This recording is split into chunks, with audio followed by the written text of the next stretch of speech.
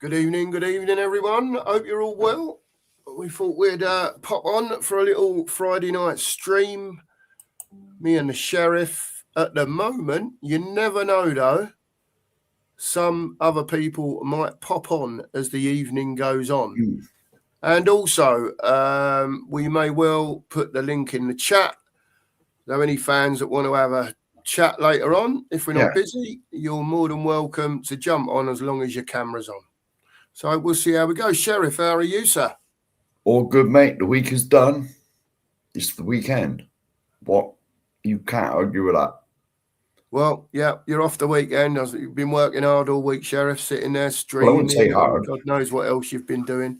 Well, I wouldn't say working hard, mate. I've been You've been at work anyway, ain't you? That's enough, isn't it? Yeah, that's enough, isn't it? Being at work. But yeah, there you go. Well, you got the weekend now, Sheriff. Hopefully, you'll Burnley tomorrow.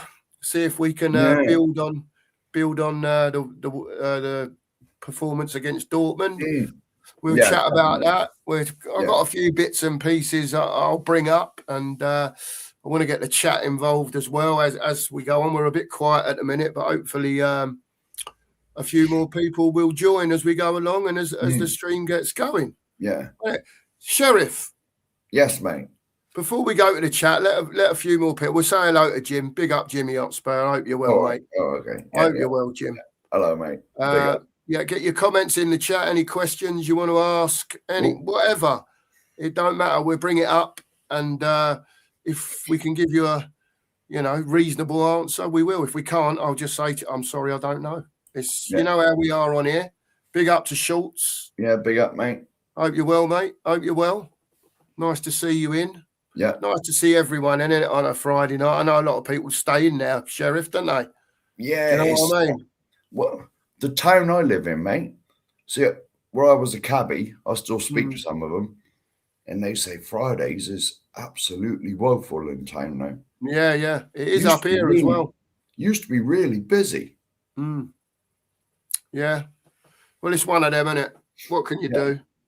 Here he is, wide eyes in. Evening, wide eyes straight in. Oh, you're well. Nice to see you. I saw you in Az's stream. But there you go. There we go. He's here now. That's the main thing. Yeah, he's in. He's in, lads. Yeah. Yeah. We know all about that, Schultz, don't we? Eh? Yeah. Right. Well, I've got a few things. I don't know what order to start this. So what do you want to talk about first, Mark? You want to talk about Dortmund during the week, or have a little 10 minutes on that, or do you want to Yeah, we should start at the beginning, aren't we?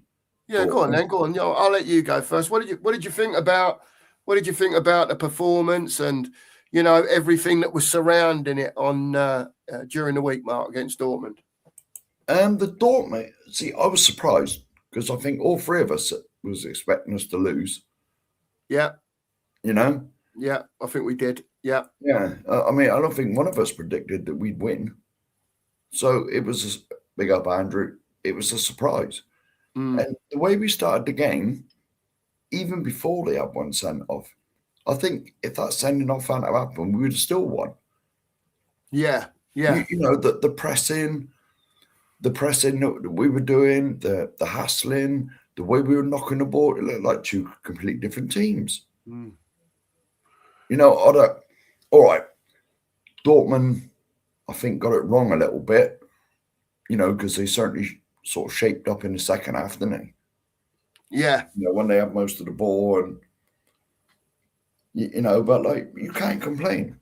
I mean, we bossed that first half. I think they had one shot on target the whole game, and that was in injury time at the end. That's the one that Vic had to tip over. Yeah. They had a couple of efforts, but I think that was the only one they had on target. All right, the sending off. Yeah. The sending off didn't help them, but to be honest, I was we did a watch along, didn't we? I was more than impressed. And I thought we was decent first half, to be honest. I was quite shocked. Skeleton team out. Yeah. No one on the bench coming up against a side that were in very, very good form, second in the Bundesliga. Spurs struggling in the league. I don't know what I think I heard 3 wins in 16, something like that. Terrible home form. Do you know what I mean? That hadn't been good. And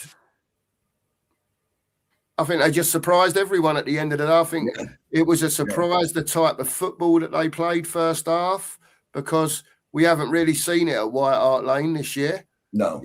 I mean, you could tell by the way, like the WhatsApp groups that we're in, like people were saying, "Oh, I can't be fussed to go." You know, because you've got to pay on top, ain't it? On top of your season ticket for them sort of games. Let's just say good evening to Lisa as well. Evening, Lise. Good Hope evening, you're well. Lise. Hope you're well. Rodney, Rodney's in. Big up, Rodney. Big up, mate. Hope you're well, mate. Yeah. And we got the ball down and played. Yeah, it was. Yeah. Second half, there's sort of, I don't know, we almost went into a type of mid-block, if you like. It was really weird. Big up, Rick.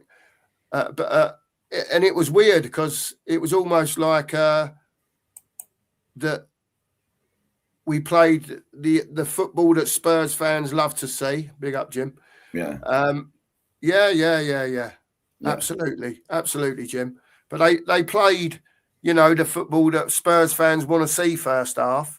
And then it was almost like someone else came in the dressing room at half time. Do you know what I mean? And we mid-blocked it a bit. And in the end, we ended up in a low block and we was letting them have the ball. Most of the second half. Yeah. But I don't know. I was a bit frustrated because they were down to 10 men. And I almost felt like if we kept the ball, if we had the ball and made 10 men run around, surely, even if you're not going all out attack because you're being a bit careful, if you've got the ball, they're not going to hurt you. Well, exactly, you know mate. I mean? If you've got the ball, they're not going to score, are they? If you've got the ball. Big up to Psycho as well.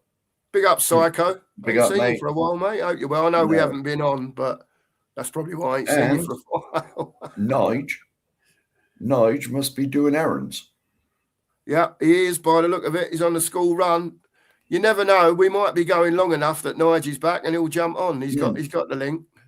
So Nige might jump on later. There's a few others we've sent it out to.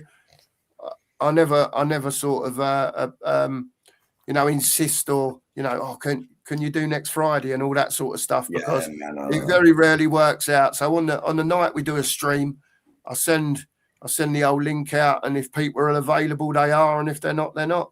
You know what I mean? So that's why pressure, is there? You know, if no one comes in, we'll open it up and we'll put it on. We'll put the link in the chat. If anyone's interested and they want to come on, who's in the chat already, by all means, just put a little message in and we'll work out how to get you to WhatsApp one way or the other. Well, I'll just stick the link in the chat. Yeah, that's it. I'll stick the link in the chat. I think I'm still on WhatsApp earmark putting a link out to people. It's mad, isn't it? Yeah. There you go. But the thing that disappointed me about the game was we played so well in the second half, and then we seemed to sit off, like you said, and let them have the ball. I think if we'd have carried on like we were in the first half, all right, they did change a little bit, because they made some subs and changed the way they were playing. But if we'd have carried on like that, you know, we could have beat them 3-4, who knows what, because they only had 10 men. Yeah. In the end, look, I know they had a lot of the ball second half and we didn't really do much, but I thought we were very comfortable. Yeah, it was game management. You know, with a skeleton team, what I would call a skeleton team, you know, players coming back from injury that weren't fit, you know, that in reality probably wouldn't have played, you know. It was a big win for us. It gives us a great chance to qualify in the top 8 in the Champions League and not have to go through that playoff stuff, you know. So let's see what happens. All I know is that the form in the league has got to improve. We've got to start turning White Hart Lane into a bit of a fortress. I don't think anyone minds losing 1 or 2 games at home in a season, you know. But when you lose what we lost last season and the poor start we've had to this season at home, I think that you know, it has to be brought into line. People are paying a lot of money to watch half decent football, and it's not happening. And it needs to be more like it was against Dortmund the other night. Yeah. Well, that is why, like, certainly the WhatsApp groups that we're in, like, that is why people were saying, like, oh, I'm not paying, like, it's the prices of the tickets as well. Mm. You know, I mean, they're like, Yeah. I think the cheapest is like 50-ish, and it can Yeah. go, well, name your price if you want corporate and all that stuff. But you know what I mean? It's a lot of money to ask fans to pay, innit? You know what I mean? Like, because they're paying at least what, 1,200 quid or something for Yeah. They their were. season tickets. Yeah. The Dortmund game the other night. I'm not being funny, right? I can understand why they were 9,000 short, Mark. Now, bear in mind, Dortmund took all their allocation, Yeah, right? And the attendance was just over 52, I think. yeah, there you go. And you're playing Dortmund in the Champions League. You're Yeah. not playing some, that you've never heard of. Yeah, It was Dortmund. yeah. And I expected that to be full, and it weren't, Mark. It weren't. Yeah. But it's the pricing of the thing, mate. It's the sort of greediness of the club. Yeah, I think it just gets a bit too expensive, mate, doesn't it, at the end of the day? Yeah, big up Ghosted as well. Yeah, big up Ghosted. Hope you're well, mate. Hope you're well. Hope everyone's well in the chat. Yeah. There's a few of you in now. If anyone would like to come on and have your say about Spurs and where you think we're going, or you want to talk about players or manager or Burnley tomorrow, or was it just a one-off against Dortmund? Yeah. I don't know. I think it's like 20-something games unbeaten at home now. Oh, it is. It's like mid-20s. In the mid-20s. Is it Champions League games or European games? Not sure if it's Champions League. I think it might or be European games. Well. I did see that stat though. It's like mid-20s, sort of 23, 25, something like that. Yeah, it was something like that. Look at this comment. Yeah. Well, we always remember that season. That was the last season at Lane. Yeah, you said last season at White Hart Lane. Yeah. And that's where we need to get back to, Jim. Mm-hmm. It's a long road to get down to there. And, I was on Haz's stream earlier. And, it's almost like it's a rebuild now. There's so many questions you could ask, Is Frank the man?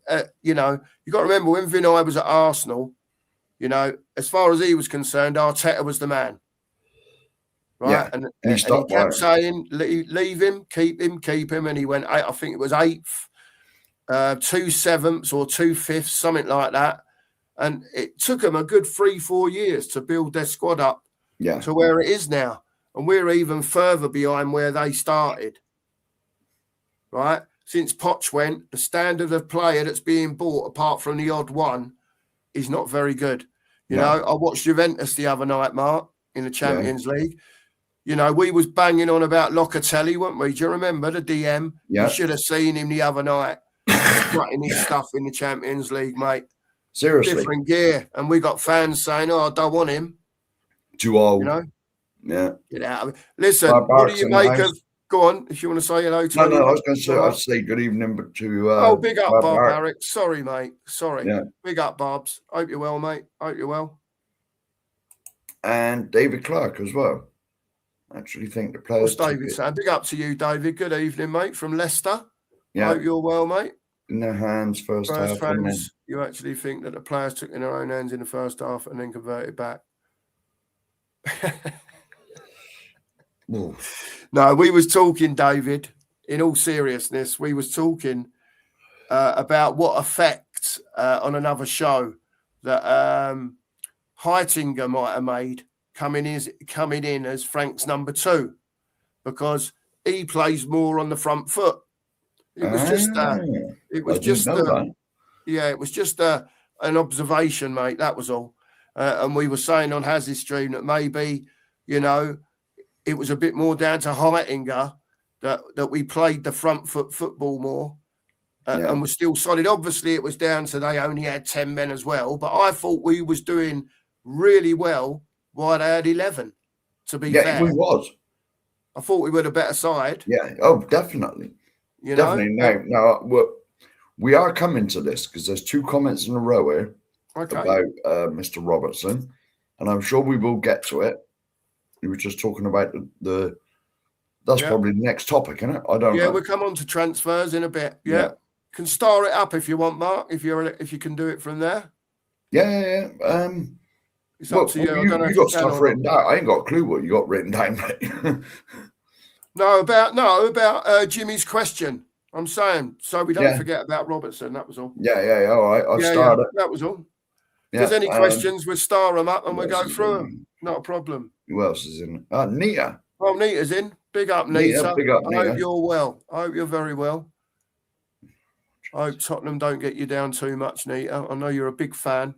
I Big am fan. Enoch out regard. Well, we all are, I think. Yeah, we're definitely Enoch out. Well, Yeah. I don't know many that aren't. No. Well.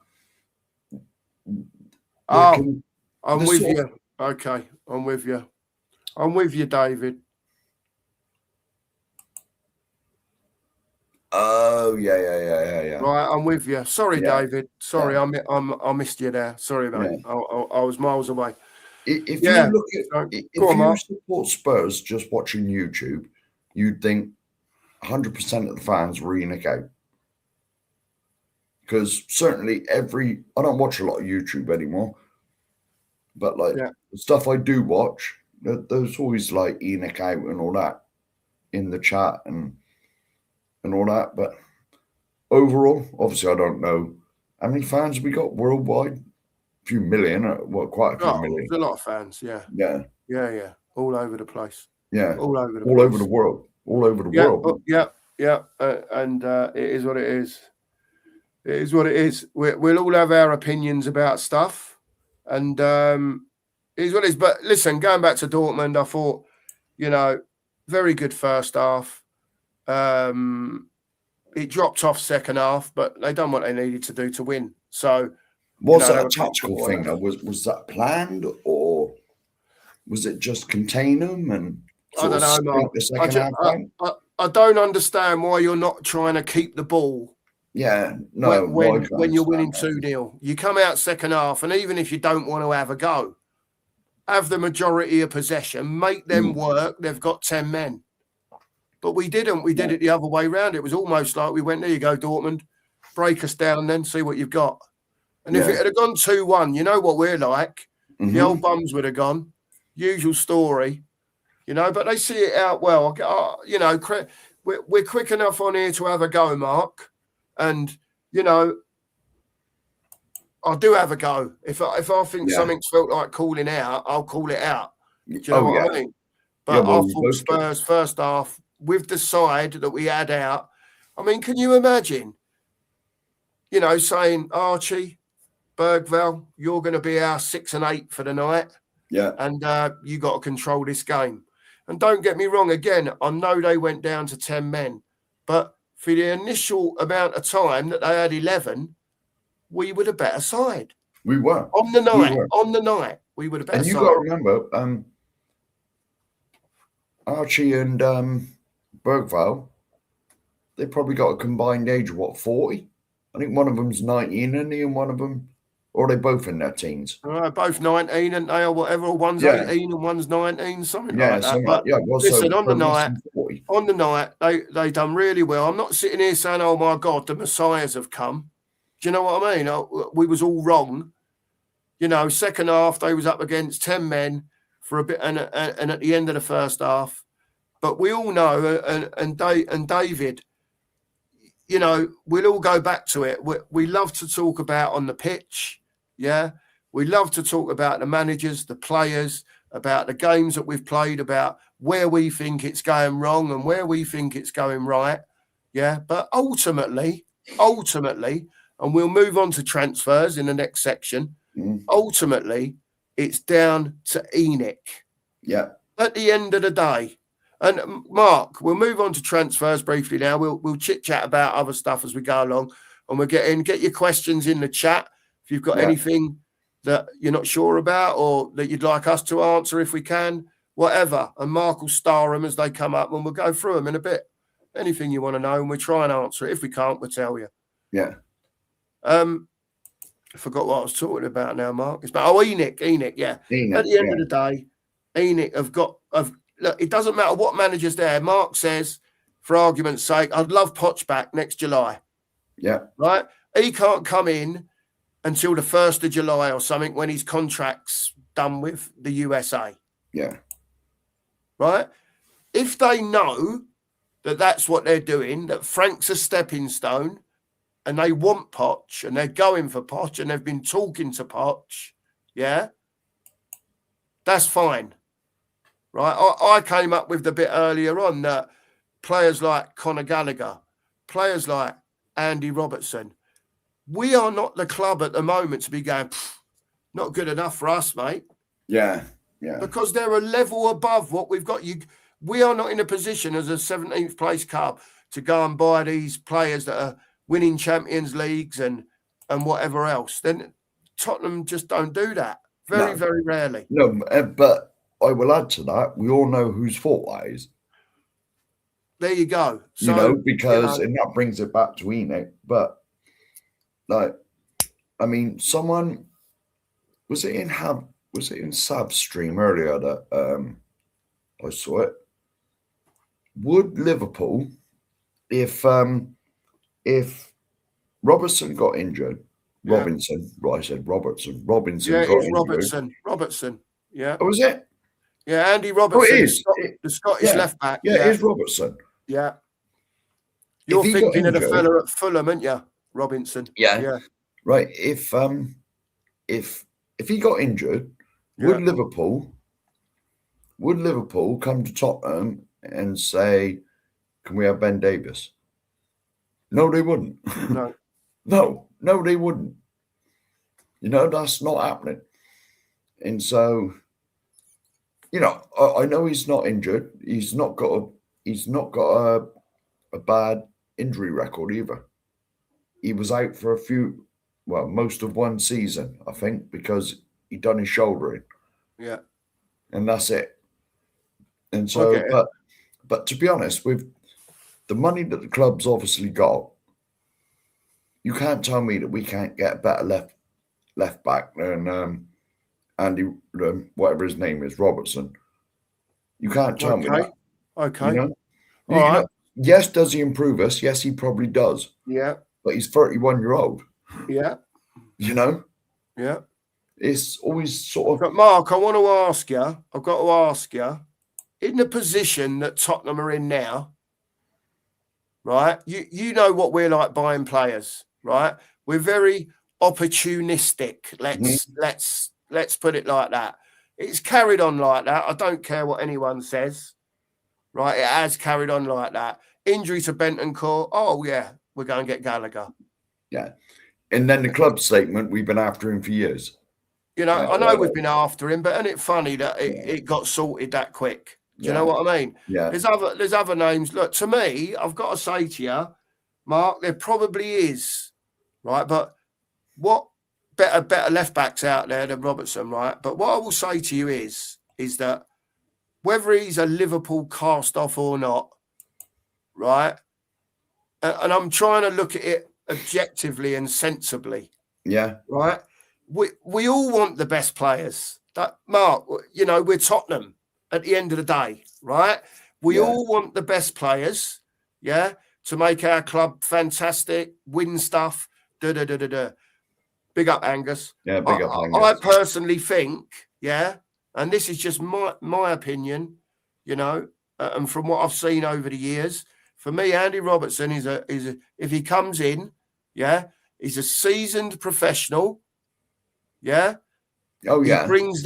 He brings that bit of, I don't know, manliness, if you like, instead of kids being on the pitch. Yeah, he brings that aura with him. This is a guy walking in the changing room that's won this with Liverpool. Yeah. He's won that with Liverpool.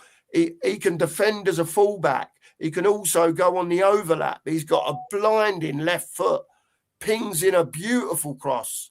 My question is, why wouldn't anyone want him? Yeah, I've sussed out why you want him now because he's left-footed.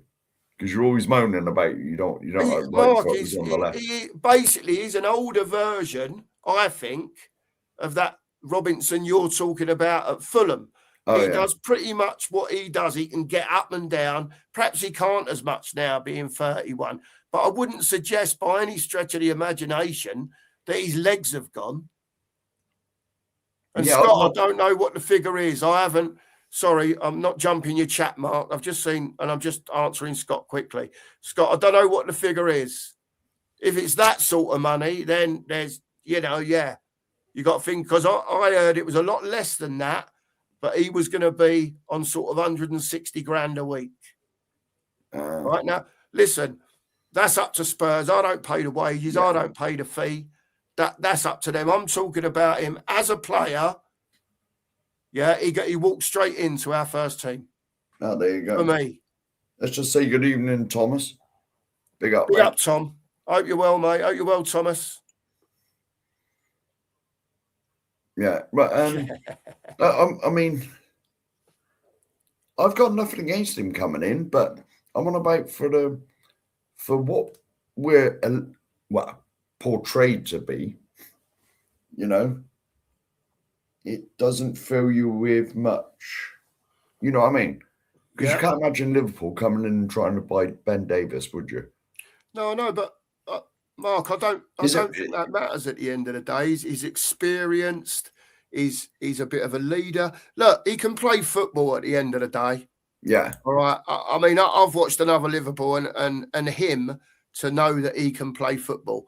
Liverpool are just moving on. They're light years ahead of us.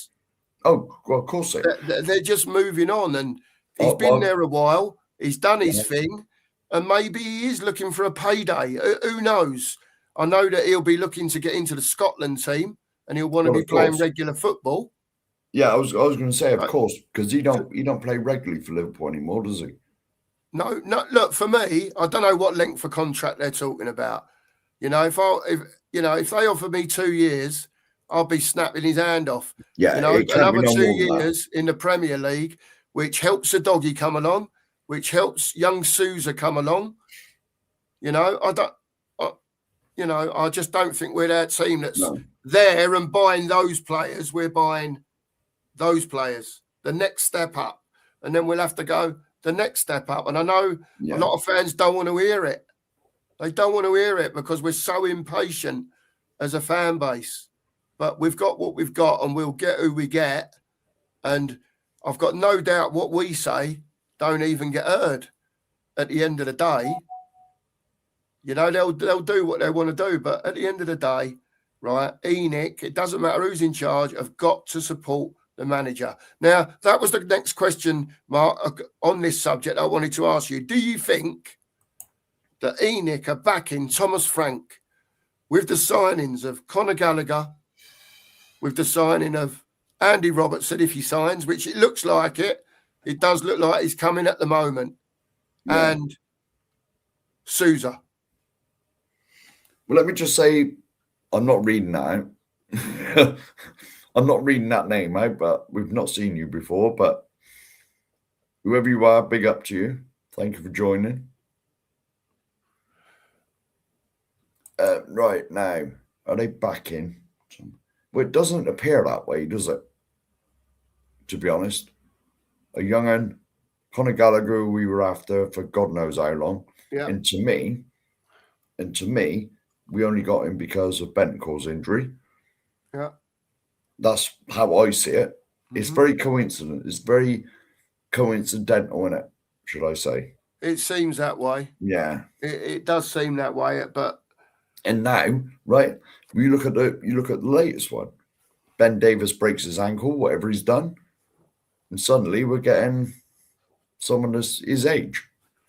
You know what I mean? So it's all, if things can happen in coincidence, but if it regularly happens like that, then, sort of 2 and 2 make 4, isn't it? Yeah. Mark, I understand what you're saying entirely. Yeah.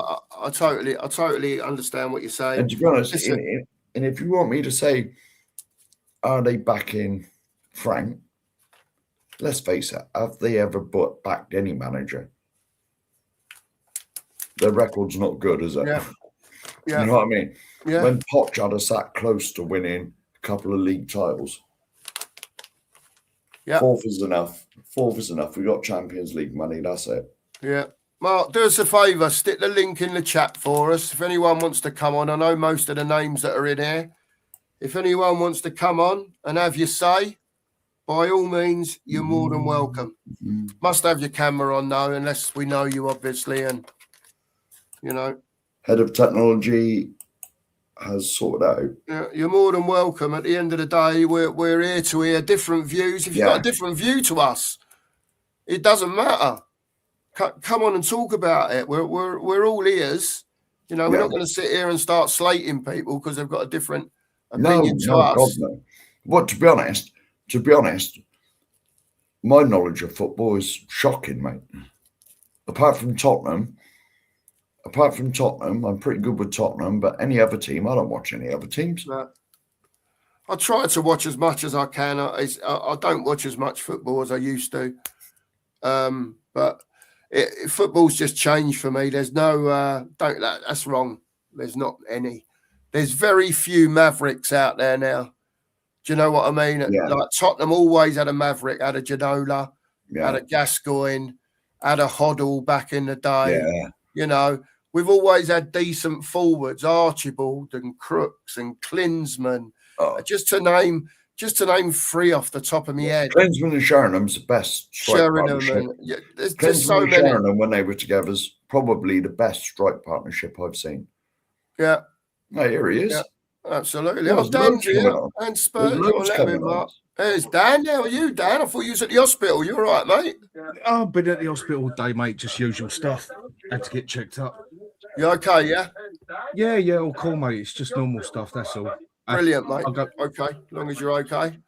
And yeah, the Spurs syndrome, Dave's in the house as well. Hey? Say that again, Dan. I go through a stage every year where I have to go and have checkups and scans and that. It's just a yearly thing. Fair dues, mate. As long as you're okay. Right, gentlemen. As long as you're okay. Big up, Dave. Hope you're well, mate. How are you? No, mate. Yeah. I'm good. Just so I'm just going to turn my telly down. It's all right, mate. As long as you're okay, both of you. Yeah, as long as you're good. Listen, chaps. I don't know. I'm not bothered who answers what. You can jump in whenever you want. It is what it is. Listen, was that game on Tuesday? Was it almost? Was it something to do with Heitinga, or was it they went to 10 men?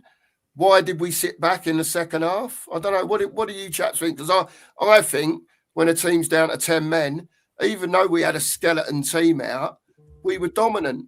Why didn't we have the ball? Why was we not knocking it about in the second half? Even if we weren't intent on scoring, making them run, they were the ones that had the 10 men. Well, me and you were getting frustrated, weren't we? Me and you was getting frustrated on the watch along we done. Yeah. I think we had them basically before we went a man down. They went a man down. We already pretty much had the game. Basically, we was all over them before they went a man down. Yeah. So I don't think that one was just for the sheer fact that they went down to 10 men that we beat them. I think there was a big part of it helped. No two ways about it. But just because someone goes down to 10 men, that don't necessarily make the game easier. I've seen a lot of games where you go down to 10 men and that game actually gets harder. Yeah. So I think we controlled the game before we went down to 10 men, and I think we kept our ground well. I think we done all right. I think the manager got the right idea. I didn't agree with Porro on the right, Odebert on the right, and Spence on the left. I'd have put Spence on the right, Odebert on the left, and Porro up there. But it all worked at the end of the day, so I can't really complain. Yeah, absolutely. Yeah. Dave, what did you think about Dortmund during the week? Well, it completely went against my match prediction. I thought we were going to get absolutely steamrolled. Looking at their form going into the game, they took me by surprise. I even saw the lineup. I saw Spence left wing. I'm like, what's going on here? That's what I thought. Yeah, but it paid off. It took a risk and it paid off, didn't it? And there was some really good moments in there. It's probably the best I've seen Wilson Odebert play in a Spurs shirt. Hands down. Yeah. He was he looked very hungry, he was calling for the ball. Xavi, I thought, considering he was playing on hard injections just before, like a couple of days before, with his ankle, Mm-hmm. I thought he turned out a great performance. Gray was nothing amazing, nothing special, but he just done his job, kept it clean in the middle of the park. But I yeah, think that's the most solid. I think that's the first solid 90 minutes I've actually seen off a Gray. I've seen I would say he hold was a his 7 out of 10. ground. 7 out of 10 performance. Yeah. I've seen him hold his ground in defence, and you only say that because he's not a defender and he got chucked in there, but it didn't mean he had a good game. Whereas that Dortmund, I'd say that is the first pretty much solid 90 minutes he's been noticeable for 90 minutes on a pitch. Yeah. I've seen him have a good 45 minutes, but that's it. I thought he held his ground pretty well in that game. Yeah, no, I thought he did. I was gutted for poor little Bergvall, bless him. He's just come back and he's out again for at least 3 months now, isn't he? With that sprain. Is that down to the manager playing him too early? Yeah, is that rushing him back? I was going to say that. Is that rushing him back like Ange did with Romero and Van der Ven when he played them against Chelsea and they both went off within half an hour? Looks that way, doesn't it? Yeah. Trouble is, he only had a skeleton team, didn't he? Look at his bench. The only senior outfield player he had was Wani, wasn't it? And then he had a load of kids. He kind of had no choice for that one. So, I don't know. Perhaps, Xavi's played with the injection. If Bergvall was running with I know Gray took a knock against West Ham. So, and he's played again against Dortmund. Is that the one whose ankle was like massive? That was Xavi Simons. Yeah, it's really swollen. It's really swollen. That was actually great, wasn't it? I didn't see the picture. I've been at work all week, so I was told that there was a picture come out of someone's ankle. It was like a balloon. Yeah, but he's been cleared for tomorrow. Oh well, which that's okay. Surprises me because I've had bruising like that on my ankle before playing football, and I weren't ready to play 3 days later. I can tell you that now. Yeah.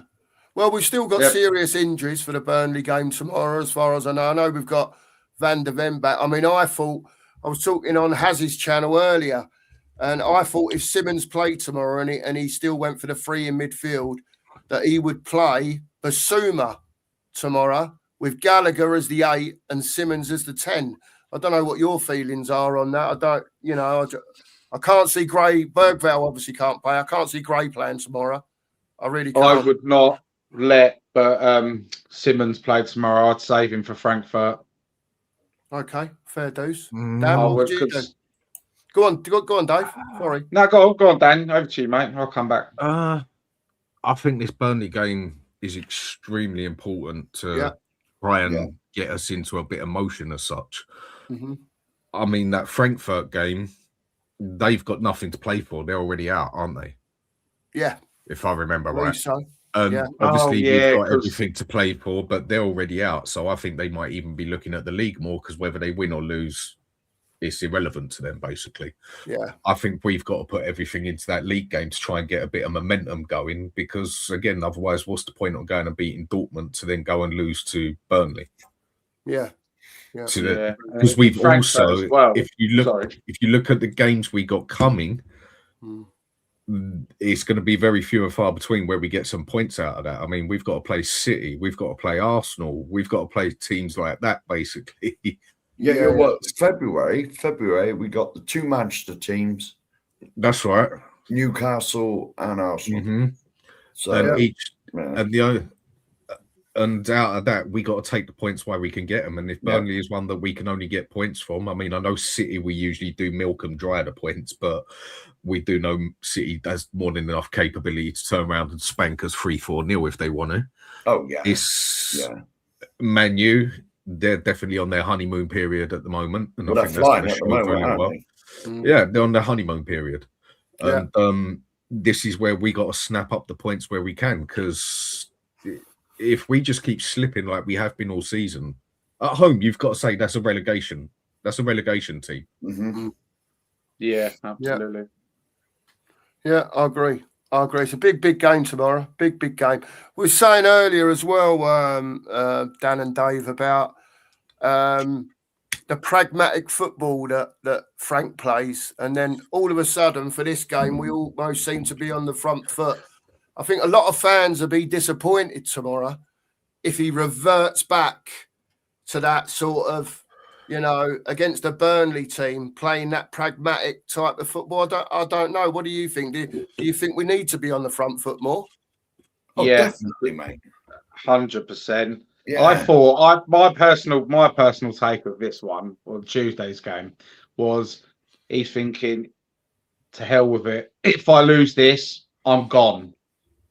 Right. So if I'm going to go out, I'm going to go out with a bang. And do you know what I mean? But it just goes to show that pragmatic football isn't our way.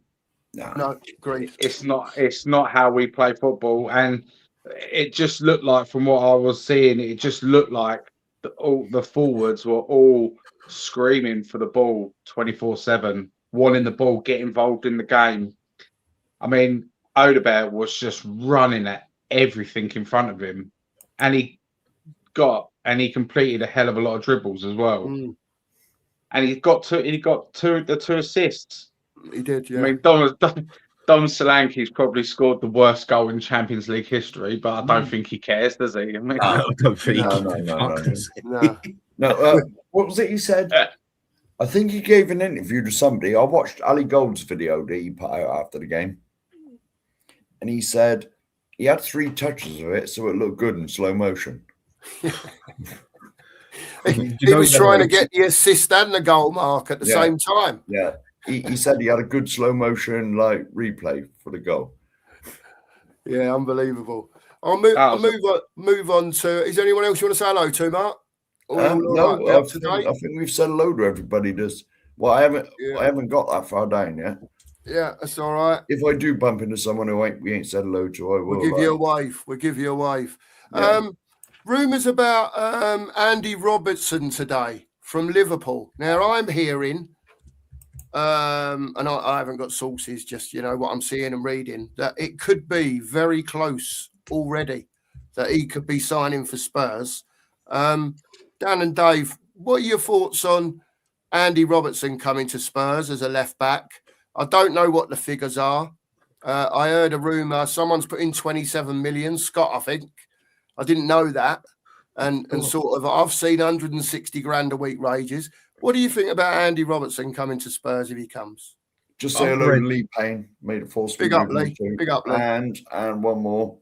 Carl's in. Yeah. Big up, Carl. Big and up. Scott underneath. Yep. Big up, everyone. Big up. Oh, sorry. Go on, chaps. I've been reading that it's more of like a 2 million bid that we're putting in for him. Sort of thing. Now, if we're going to pay 20 million, whatever, and that, then don't touch it with a barge pole. But if we go and get him for 2 million, it's an upgrade on what we've got. If we want to play a flat line at the back, he's more than capable of doing it. Definitely better defensive minded than anybody we have got there, including Spencer, Dogie, and Porro. Yeah. He'd definitely be better for a back four. He can also pass the ball. Okay, he's lost his legs a bit, I think. But we do scream out that we've wanted a bit of leadership. Yeah. That we've wanted experience, this and that. Okay, I would prefer the 27, 28-year-old. But for 2 million, that gives us that bit of depth. Let's say he lasts with us for 2 seasons and we get 25 games, 30 games out of him over the 2 seasons for when we need him and everything. I really can't see why to complain over that. No. We are desperately screaming for that depth. And if we can get that there for 2 million and then they go and put the money forward to a left winger or forward, whatever, or another centre mid, which we definitely need, I don't see why not. I don't see what the problem is. I really don't. I think he's a good, solid player. He's had, 2 heavy injuries and they weren't back to back. And apart from that, he's been a very stable player over the years. Absolutely agree with that. Dave, what's your thoughts on Andy Robertson? If 27 million, that can't be true. No. Might have been a typo. City have just bought Mark Guehi for 20 mil. Yeah. You know what I mean? Do you know what I mean? Out on his last year in contract, and he's 27, Mark Guehi? Yeah, something like that. Andy Robertson is If I 31. check my, he's 30. He's 31. he's 32. 31 coming Yeah, on but he's 32. 32 in March. Yeah. Yeah. So Okay, yeah. I can't see Spurs spending £27 million on a player who's almost 32 years old in his last year contract. So I'm Maybe that was steering clear. 2.7 million. It might have Yeah. been. It might have been. It might have been. I may not have seen it properly. No, but I've read it as well. I'm pretty sure David Ornstein wrote it on his Twitter page. Okay. Well, for And me, I think this comment from Anthony is perfect. Only 6 months on the contract, so it should be a minimal fee. Minimal fee to me is like 2 million. That's 3, exactly 5 million how I see it. Like Dan's figure, 2 to 3 million makes more sense. Absolutely. Makes more. And Liverpool, they're recalling back the other left back they've got on loan. Is it Tsimikas? The Greek left back. They're calling him back from loan, didn't they? From Roma. So Roma, it's definitely going through. Mm. It's 100% going to go through. It'll probably get announced tomorrow, I reckon, if not Monday. Yeah, but as for getting him in, we need more leaders in this team. We've got enough kids. We've just signed Sousa. He's another kid, but there's a lot of hype. Yeah, if you go on by what his homeland people think of him, they're calling him the next Marcelo. But do you know what I mean? That's before. We'll see. Yeah, exactly. I've heard Archie Gray's generational. You know, I've heard it all before. Yeah, we've heard all that. Just say evening, Leslie. Evening, Leslie. And if that's true, I think that is where we should be with it. You know, if it's around up to 5 million quid, I think it's an absolute no-brainer. I really do. Yeah, I really 100%. 2-year contract. He's got experience. He's a serial winner. He's a captain. Yeah. So we've got that on the pitch as well, Dave. He's got that on the pitch as well. You know what I mean? And you know what? He loves he's an old-fashioned footballer and he likes a good hard tackle. And we need that in our team. We've only got really Romero and Palini that do that. You need some more people who are willing to put their bodies on the line. And he's just an hard Scottish bastard, let's be honest, isn't he? Do you know what I mean? He's Basically, we need some men. If you we need some men, not boys. Isn't it? We need more men at Spurs, not boys. Absolutely. Yeah, we do. Absolutely. And that's why another reason why I think it's a no-brainer, lads, because, you know, I can't believe, I know it's age and I get it. And you know, everyone say, well, he's 31, 32. Look, he's not 60. Do you know what I mean? He's 32, have a 2-year contract. You know, these young lads that are in the team, he can talk to them. You know what I mean? The ones that are up and coming, I'm sure he'll be able to talk to a doggy. I'm sure he'll be able to talk to Sousa. You know, it's just a bit of experience. And like both you said, leadership and being a man, you know, and not a boy. Been there and done it. I just can't see the negatives to it personally, but that's just and also we can add him to the Champions League squad for the next phase. Yes. Do you know what I mean? Tell me who wouldn't want an experienced Andrew Robertson, title winning, Champions League winning player in your team pushing? I know we're not going to win it, but do you know what I mean? It's just a good player, great experienced player to have, and I'm all for it. And my dad's a Liverpool fan, and he was like, "I don't know how I feel about that one, son." He goes, "I'm quite upset about it." He goes, "I love Robbo." Yeah, but to be honest, he's not getting any game time at Liverpool, is he? No, not anymore. He started slipping now. No, he started slipping. But then look, Liverpool is a total different caliber to what we are. Of course, I think this is just of course, we need to be a bit realistic here. Yeah. Now, I'm still a firm believer of money talks at the end of the day. And certain players that might not look at us, I still think if you up the wages significantly, you will make people turn their heads and look, because money is what makes the world go round, whether people like it or not. Whether it should be or shouldn't be ain't the point. It does. But then when you get a bigger club come in, like a Liverpool, a Chelsea, or Arsenal, whatever, they're going to walk all over us. But to get people to turn their heads now, we've got to start putting the money on the table. It is pretty much that simple, really. And I think we've also got to be serious with the sort of players we can get and will get. When we was at the start of the season, I mentioned at the very start we should go for Grealish on loan. Why not? And so many people turned around and said, no, wouldn't want Grealish. He's this, he's that, he's this, he's that. My goodness. Well, look who we're stuck with now on the left with an Odegaard or a Tell. Okay, Odegaard's last game was great, but that's the first good game I've seen him play. And people, Spurs supporters will happily turn down people like a Robinson, even people saying like Gallagher isn't good enough for Spurs, yet he walked straight into our first team like without even effort. Says Grealish, no, he's not good enough for it. Well, I bet there's a few people on there that would kill for a Grealish on the left now.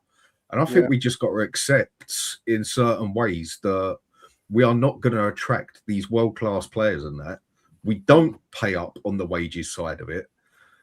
So we've got to get the best of what we can get, basically. Yeah. But I feel too many people are very, very limited on what they're willing to accept at Spurs or think Spurs should be getting, basically. Yeah. It's like we're Tottenham Hotspur, but our fans have the audacity to think they're Real Madrid. Yeah. To be honest, you know what I mean? To be honest, we are low Grealish, down in the food chain, unfortunately. Yeah. What you said about Grealish, I'd snap your arm off to get him in. I would snap your arm off. However, unfortunately, he's injured now, isn't he? Well, I know he's his name, but like when he become available on loan, we were saying on him, weren't we? We were saying on him about just bring him in. Yeah. I said it with a couple of people, and a lot of people didn't. A lot of people did not want to know, I still reckon we can attract better players than what we do if we cough up on the wages. But we don't at the end of the day. And even if we do pay up on the wages, we're still not going to outdo a Liverpool, a Munich, a PSG, Arsenal, Chelsea. Even Aston Villa are more enticing than we are at the moment. But money-wise, we can still put it on the table. And I think one thing that people also got to understand, that football isn't what it was 20, 25 years ago. 20, 25 years ago, majority, in my opinion, football was a lot more from here. Now, these days, I think a lot more people look on it as a job and are more enticed by the money side of things. Yeah. Whereas if you go back again 20, 25 years ago, a certain player would have gone to a certain club for less money because he wanted to go to the bigger club or whatever. Yeah. Now, I think there's a lot more players that would actually turn their head away from the slightly bigger club to the smaller club if they offer them 25% more money because money talks. But that's just an opinion. Perfect example of what you just said, Dan, is Alan Shearer. Man United wanted him, and they were winning everything at the time. But he said, "Nah, I'm going Gerrard. to my home." Yeah, Gerrard at Chelsea. Yeah, I don't think those players are quite around. I think it's a lot more mercenary now. Yeah. You just go where the money is. Yeah, and at the end of the day, can you blame anyone for that? That's a job. It's like if I offer you a new job and for an extra 50 grand. For like 50% more than what you're, if you didn't go and take that job, people will call you an idiot. They're like, what are you doing? Are you that thick to turn that down? Whereas they think with football players that they're meant to have this, how shall I put it, this sort of rule that they go by, their morals as such. Well, I'm sorry, I wouldn't care about morals if I was a player. I'd go for where I can get sorted the best and where I get my money. It's my job. I think players cop it a bit for that. Because let's face it, a footballer's career isn't that long. Maybe 17, 18 if you're lucky, and you're not going to be on much then. Till what? You're 33. So you're talking, 15 years? So you still sees more in a month than probably all of us exactly. in our life. But when you've only got a 15-year career, you got to make hay while the sun shines. Does that make the player a wrong one because he goes to the club because he offered more money because he went there for the money? Why is a player considered a wrong one for that and grilled for it? At the end of the day, it's his job, and that's where money talks. Yeah, and we don't do it. Exactly. And like I said to you, if I offered you the same job, okay, not such a good area or whatever, and this and that, but 50% extra wages, and you didn't take it, someone would slap you in the face. One of your friends, like, "What's the matter with you? Fix up." Yeah, I don't see what the difference is. Antonio Sousa's just a kid, mate. He's not been bought to come straight into the team. He'll be out on loan immediately. I would have thought. He'll either go out on loan or you might see him, now and again. But I wouldn't imagine he's an every week signing, to be honest, because they wouldn't be going for Robertson if he was. No, he'll either go on loan somewhere, or you'll see him. If you've got Spurs play, I don't, but you'll see him in the under 18s or under 17s or whatever age he's in. Yeah, chaps, can I ask a question? I just wanted to ask you about VDV, because there's loads of stuff going around that he's not happy. He's not signing a new contract, and everyone seems to think he's going to Liverpool. Big money, from what I can work out. Does it show that Spurs are not serious if they're letting players like Van de Ven go, even if he's not happy? Surely it's up to them to prove to him that, they are going in the right direction. But obviously, he is not happy at the moment, along with a couple of others. But I wanted to talk about him, about, how he's not happy. And do you think he'll go at the end of the season? Baked potato, mate. See you later. He's gone. Yeah, I think he's gone. I don't think he's settled on this Frank project one bit. He's been with us. This is his third season with us now. Mm-hmm. Do you know what I mean? And you've got big clubs sniffing around him. Real Madrid are sniffing around him. Bayern Munich are sniffing around him. Liverpool are sniffing around him. You can't, unfortunately, like I said, there's a pecking order in football. We're like down here. The other clubs I just mentioned, they're the elites. You go to the elites, don't you? You can't turn it down. You'll shoot yourself if you didn't. Yeah. And to be honest with you, I wouldn't blame him. He deserves, in my opinion, more than what he's getting. And when you look at the salaries in our club, I looked at it the other day, and some of the players that earn more money than him, he gets less than Archie Gray. Yeah, there you go. Which is madness, isn't it? And it's madness. What's Archie Gray's on like 75 grand a week or something. I'll be honest with you. Mickey Van der Ven's on 70, Archie Gray's on 75. I'll be honest with you. Marcolo Muani is earning more than Mickey Van der Ven. That tells you everything you need to know what's wrong with this club at the moment. To be honest, you've only got to look back for our history. All our best players have left. I won't say his name, but I'll just call him Soulless. Him. I'll be back in a minute, Mark. 1 minute, right, I'm coming back. All right, mate. Modric, Bell, the big fish come round, circling. And to be honest, I think that Van de Ven is fed up with the owners, because this contract that you're supposedly going to be offered, there's going to be promises in there. It's like Harry Kane. When Harry Kane signed that 6-year contract and Levy had him handcuffed to the radiator, he would have been made promises. We're doing this. We're going to do this. We're going to build the team around you, blah, blah, blah, blah, blah, blah, blah, blah. It's just nonsense. Until Enoch step up, any half good player we've got will eventually, when he gets there and the Wolves come sniffing, he's going to be off. The other thing is with it is Harry Kane got himself in that predicament, basically. I would not have blamed, not even that. Let's just be straight here, basically, on how it comes across. Now, as a player, he's world-class, everything. As a personality, the way he comes across, I mean, we don't know him, so you can only judge by what you see. He's got about as much charisma as a wet paper bag. Now, you go and look at Van de Ven, there's a lot more attitude and charisma there, in the aspect that I think Van de Ven, same as Romero, would blatantly sit there and get the offer and say, right, I want out. And the club says, well, you got 2-3 years left on your contract. You're not going nowhere. Okay, what I will do then is kick up a stink to the point where you have to get rid of me. Otherwise, that if you do sell me, you'll end up getting less money for me. If I would have been Harry Kane, got that offer off of City for what I have given Spurs and that, I would never, ever have stepped foot on that football pitch again. and they would have had to sell him. Now, people say, yeah, but his contract, this and that. Yeah, and on the business side of it, Levy would have realised that if Kane meant business and that he wouldn't step on the pitch again, that he has to sell him now. Otherwise, his price is going to go down and down and down. And Kane just isn't that sort of person. Now, that doesn't make him that doesn't make him a bad person, not at all. That's just not, he's very professional.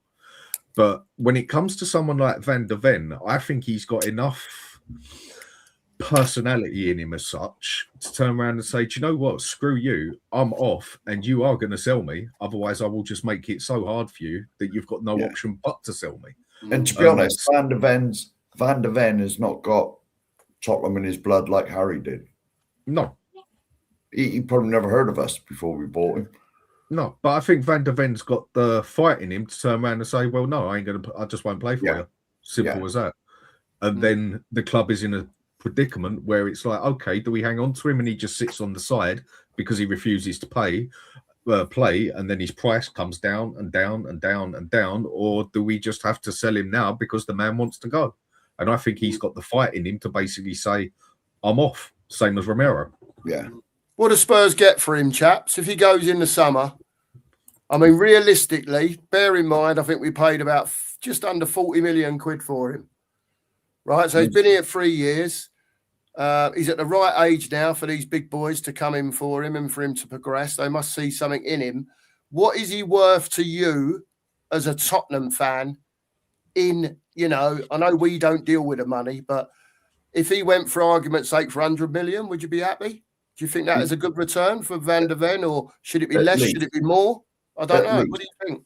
It's going to be 100 million and north of it.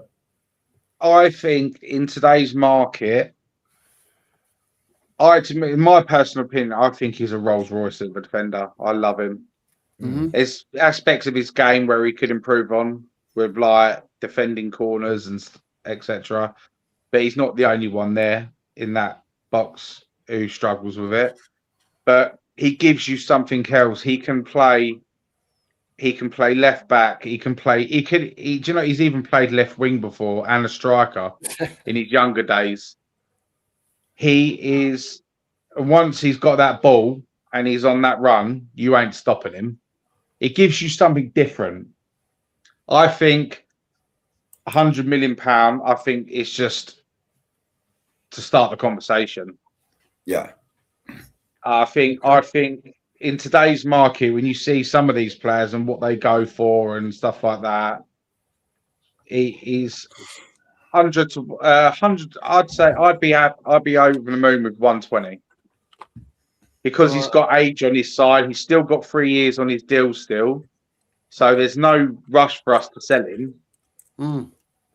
So, but I'm just going at that based on purely on today's market. I think do you know what I mean? And he's still 4 years away from his prime, and look how good he is now. Yeah. So he's got a good 10 years of football in him still, in my opinion. Fair dues. I'll be honest with you, Mark. Surely we've got to give him like these contract negotiations that are allegedly going on. We got to make him an offer to make him stay. We don't want to be selling our best players. 250 grand, 250 grand a week. But they've also got to prove to him, lads, that they're serious, aren't they? Yeah, exactly. I know he wants. I know what Dan's saying about the money, and I get it. I know what he's saying, right? For argument's sake, if he's on 50 grand a week now, and they go in and say, Mickey, we want you to stay, yeah, we're going to quadruple your wages, make you a top wage earner with the others. You're on 200 grand a week with Simmons and Romero, yeah. We are serious. We're getting players in. We're building something. But if they're not giving him them vibes of, yeah, all right, you'll offer me 2 grand a week, but are we going to be winning anything? Are we going to be challenging for anything, Enoch? Are we going to be doing whatever? So, for me, it's sort of ambition as well. That helps to keep players, obviously, with the money, but.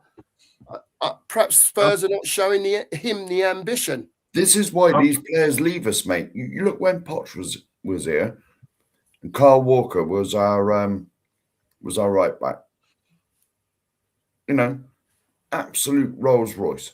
But Enoch did not show, or Daniel Levy and Enoch, all the same thing in my books, but they did not show the willingness to get us over the line and win stuff.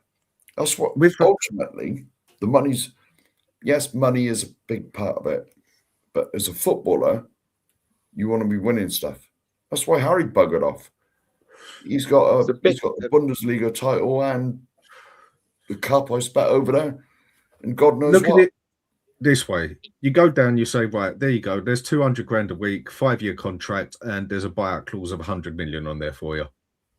Yeah. Now that means he's got to keep up to standards basically for his buyout clause. If someone ends up putting that on the table, it is what it is. Deal with it, basically. Everyone's a winner in that aspect. But what I see happening is him going for about 70 million. The reason I see that happening is going back to what I said earlier, is I think someone's going to put in a bid of around about 70 million. We're obviously going to say no to that, and he's going to turn around and say, well, sorry, I want to go.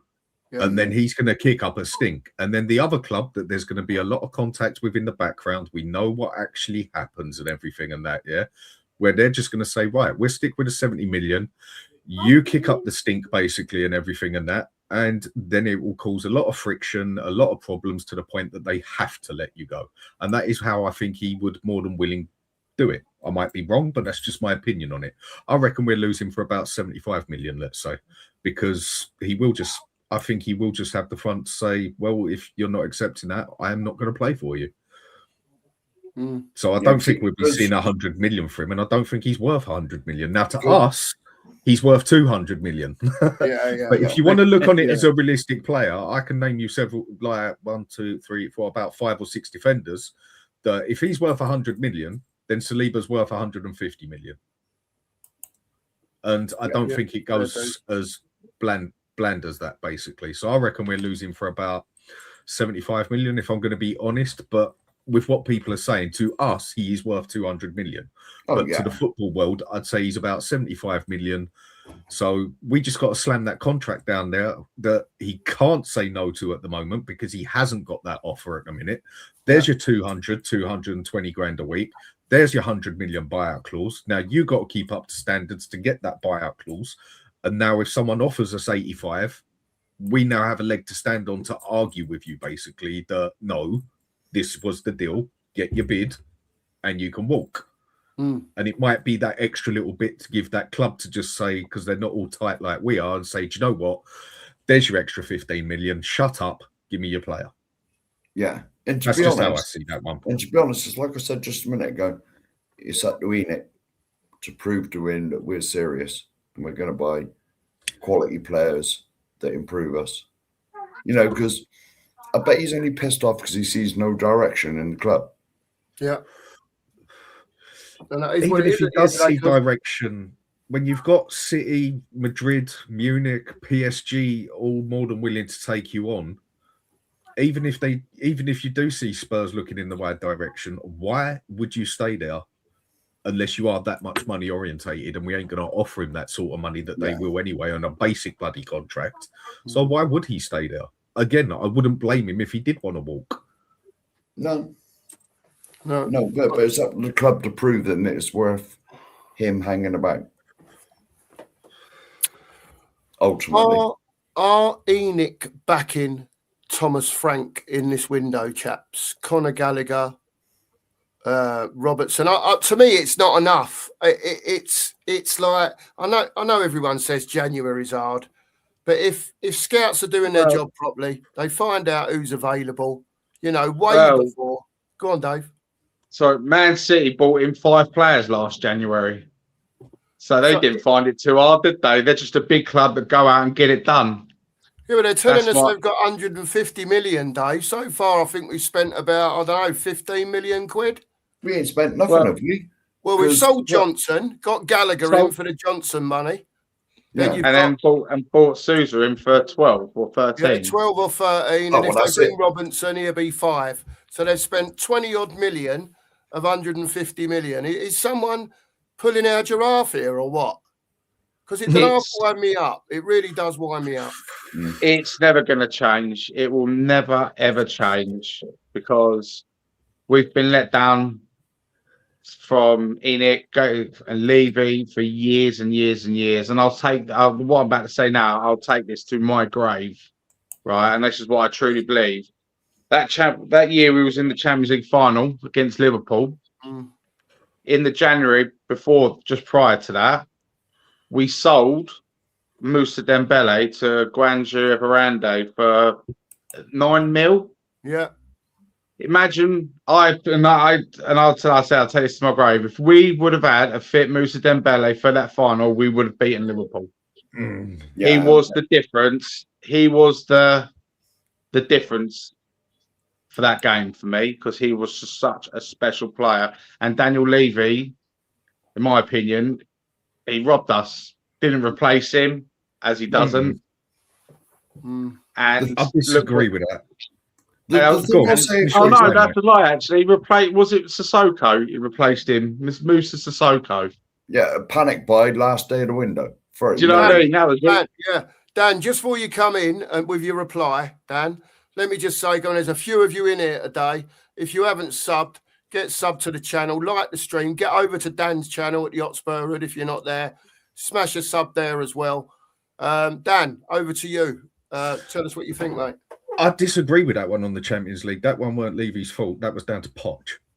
That was down to Poch not having the bollocks to keep Harry Kane off the pitch. Harry Kane should never have started that game. He hadn't played for how long? He was still not match fit. He was still partially injured even. And he didn't go and start the man that had just scored a hat-trick for us against bloody Ajax. Yeah. If that team was good enough to get to that final, okay, we should have had more players, this and that. You can go on about all that, yeah? But he had his team there. He started the player that should not have started because he was not match fit. He didn't have the balls to keep him off the pitch. That team was good enough to get to the final. It was good enough to beat City. It was good enough to beat the rest of them. And that Liverpool team wasn't great. We didn't have the luck at the start. I mean, that was a bad decision by the ref, in my opinion. And I don't usually blame a ref. But I think that was more down to Poch that got that wrong. And the players basically didn't do their job on the night.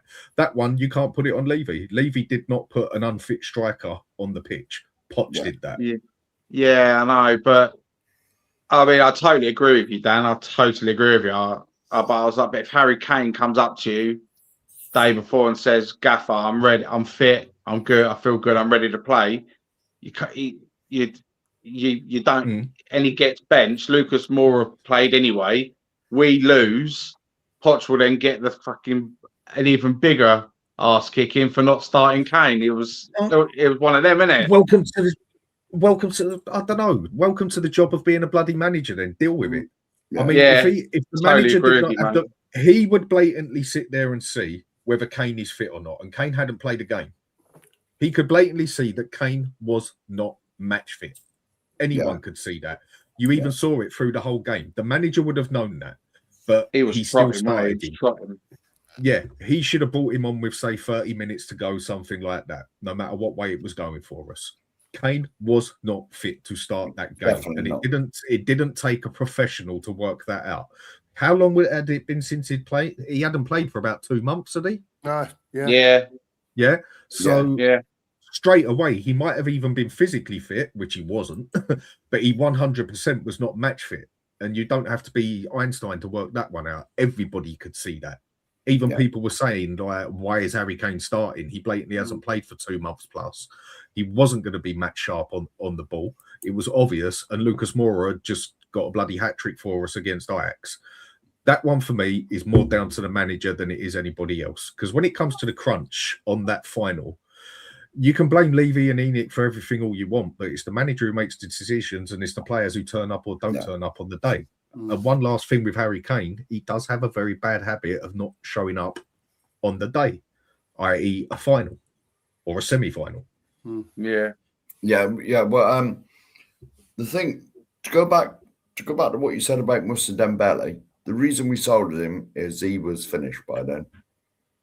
He wasn't the player he was. People like Moussa Dembele, he had chronic injuries when we sold him. I think he missed most of the. He missed a hell of a lot of games because he was over the hill, and he was definitely when he got to his prime, the over the hill bit was like a virtual cliff because he just fell off. He was a fantastic player. He was mesmerising to watch. Yeah, and you look at all the when we sold him, he was finished. He was finished. He had to go. But I blame Enoch for not replacing him. They well did with someone absolute trash, Musa Sissoko. And he was a panic buy. He was a panic buy the last day of the window. I remember it well, and I was like, "What?" He weren't the same player we bought from Newcastle. Put it this way, because at Newcastle, mate, he was steamrolling through players, wasn't he? Yeah, he was an absolute baller. Comes to Spurs, he couldn't hit water standing on a boat. No. But even so, he did it in a few games, but he never did it in every game like Dembele. Yeah, he was just kidding. Yeah, agreed. Definitely missed Dembele, didn't we? You know what I mean? He was class in, wasn't he? Unbelievable footballer. Yeah. Lads, another question. As far as this transfer window is concerned, and someone's put Robertson's in the Liverpool squad tomorrow. Yeah, I saw that. That was a few up. Yeah, that's interesting. If he does come, and the Sousa and the Gallagher, is that what you would expect from an Enoch or a Tottenham, or do you think we're done now? Because we know we need more than that. We've only got 1 3/4 fit centre forward. Do we need another centre forward like in this window? Is that where we should be looking, or should we be looking elsewhere, or do you think we're done? Is that it? Centre forward. Go on, mate. I think you're not going to see much action until the last game of all the Champions League games and Europa League games are all done. That's when you'll start seeing all the bigger clubs coming in for players and stuff like that as last minute buys. And I don't think we're done in the slightest. I've got this feeling that the Akliouche deal ain't dead. That one just keeps like a little cloud popping over my head that it's still lingering there. And I would take him in a heartbeat because I think that when we played Monaco earlier on in the group stage, he tore us to pieces. He was left, he was right, he was central, he was deeper. Our players just could not track him. And he's got a beautiful eye for a pass. Just luckily for us on the day, their striker, that Brazilian guy, had an off day. Yeah, he got a beautiful left foot, hasn't he? Yeah, he has. Also, bit of a conspiracy theorist here, but it's a strange one. It's a strange one. Listen to this. I read an article this morning. Karim Adeyemi, Borussia Dortmund. Yep. Right. He's apparently has told Dortmund's hierarchy that he wants to leave for personal reasons, and the personal reasons are his partner he's with. She's got a hip hop career about to kick off, and she wants to move to a major. TikTok. Yeah, she wants to move to a major European city to progress her music career, and I can't really think of many European cities that hip hop's big in other than London. Yeah. Probably New York. And then just to add to that, I'll see at the end of the game, Thomas Frank had his arm around him, talking to him. I'm just trying to put 2 and 2 together. I'm just dreaming because Adeyemi is one of my favourite German players in the Bundesliga. I think he's such a talented footballer, and I think he would do absolute wonders at our club.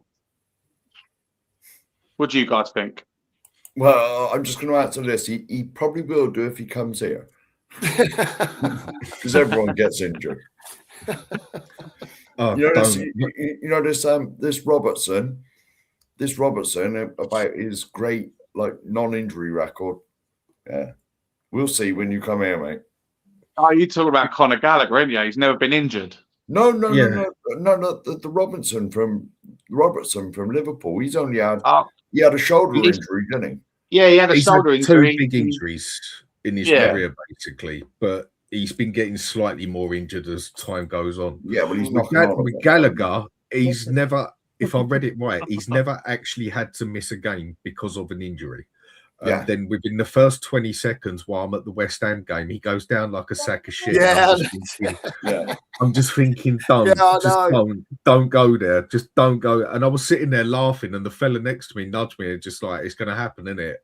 I thought Gallagher was going to get lifted off the pitch, basically. Yeah. And I would have thought that would have just about said it fucking all, wouldn't it? Like the fella that has never, ever, ever missed a game out of like nearly 400, 350 games in his career. And the second he plays for Spurs, he comes off on a bloody wheelchair. That would have just been Spursy all over. Yeah. Yeah. And then medical staff get their hands on him and he'll be out for 6 months. I swear, underneath our pitch and training ground pitch, it's fucking made of cast iron or something. Yeah. It's literally our players just for the last 2 years have just literally dropped like flies. I've never known us to have these many injury problems. No.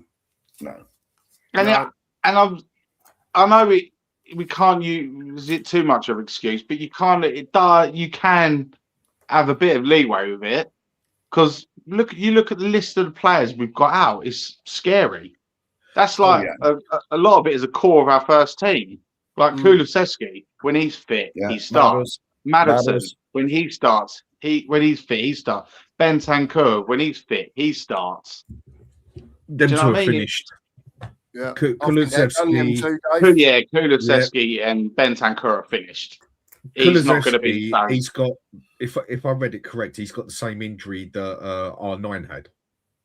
Oh, who's that? Maddison. No, Kulusevski. He's got the same injury that R9 had, and that based on his kneecap, and that basically done his career to an extent.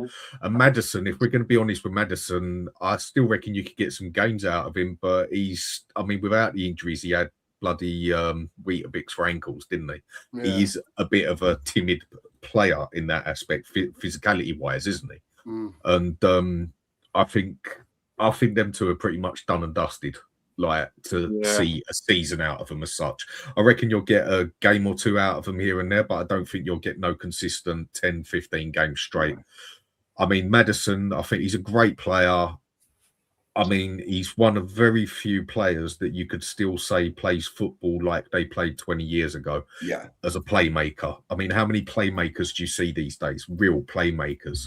He knows what he wants to do with the ball before he gets the ball. And then if he sees something better, he already knows what he's going to do. He's that quick mentally as a playmaker, and football just isn't played like that anymore. It's just not played that way anymore. And with Kulusevski, I think if it is the same injury that R9 got, where he's busted his kneecap good and proper, I can't remember the proper phrase for it, then you can pretty much say that's his career up shit street as well, basically.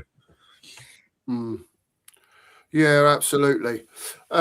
We've seen a few names in the chat. I was talking about a striker. Would there be any chance of someone like a Mateta coming to Spurs? And I've got another name I'll give you, which is quite controversial. But I don't know what you lads think. I never looked that deeply into the story.